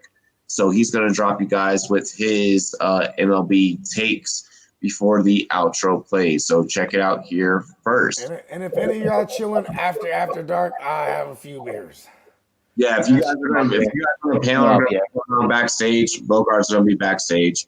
But let's go ahead. Let's get into our MLB news of the week before we play the outro. Little Eric, our junior reporter. Go Giants. Hello, everyone. It is Eric, aka TJ Antone Stan from the chat, just to give everyone some MLB news because the hot stove really got hotter in the MLB, to be honest, this week. Had 2 trades, the Rule 5 draft, and in the coming weeks, we will have more free agency stuff. However, the 2 trades, Raisel Iglesias to Los Angeles, Cincinnati in return got back No Ramirez and Leonardo Rivas, a minor league infielder. It was a salary dump for the Reds, and to be honest, it was another salary dump where they didn't get nearly as much as they should have in return. And then second trade, Texas Rangers and Chicago White Sox. White Sox received Lance Lynn, and the Rangers fleeced the White Sox by getting top prospect Dave Dunning and another pitching prospect. I forgot his name, but I believe the second one had some pretty good stats and stuff too whenever I was looking him up on Fangraphs. Even with just Dunning, though, that trade was a steal for the Rangers because Lance Lynn, if we're going to be honest, he's 33. That's not a good age when you're a pitcher in Major League Baseball, and he's probably overrated anyways, at least in my opinion. Anyways, Rule 5 draft, 74 players selected, 74 players going to different teams, even though a couple have already been dealt back to their same team, which is crazy. 18, I believe, major league picks. Those 18 major league picks, they have to stay on the MLB roster for the entire year, or they will have to clear waivers and then go back to their former team for $50,000. It took $100,000 to make a selection. The rest of the players were in the minor league rounds, so there's no roster limits on them. However, you still had to pay, I believe it was $24,000. On Rumboyz.com, I will have the breakdown of probably all 74 of those players, to be honest. So be on the lookout for that. Anyways, everyone, have a great night, and thanks. It's the Rumboyz Fans Network. We're always out here providing opportunities for young up-and-comers. Make sure you guys check out TJ Antone fan out there on Twitter. Big up to Eric. Thank you. Let that outro play. I'll holler at you guys tomorrow on Sunday. Or not tomorrow, but I'll holler at you guys on Sunday. Bye. 2 days, yeah. Holy shit.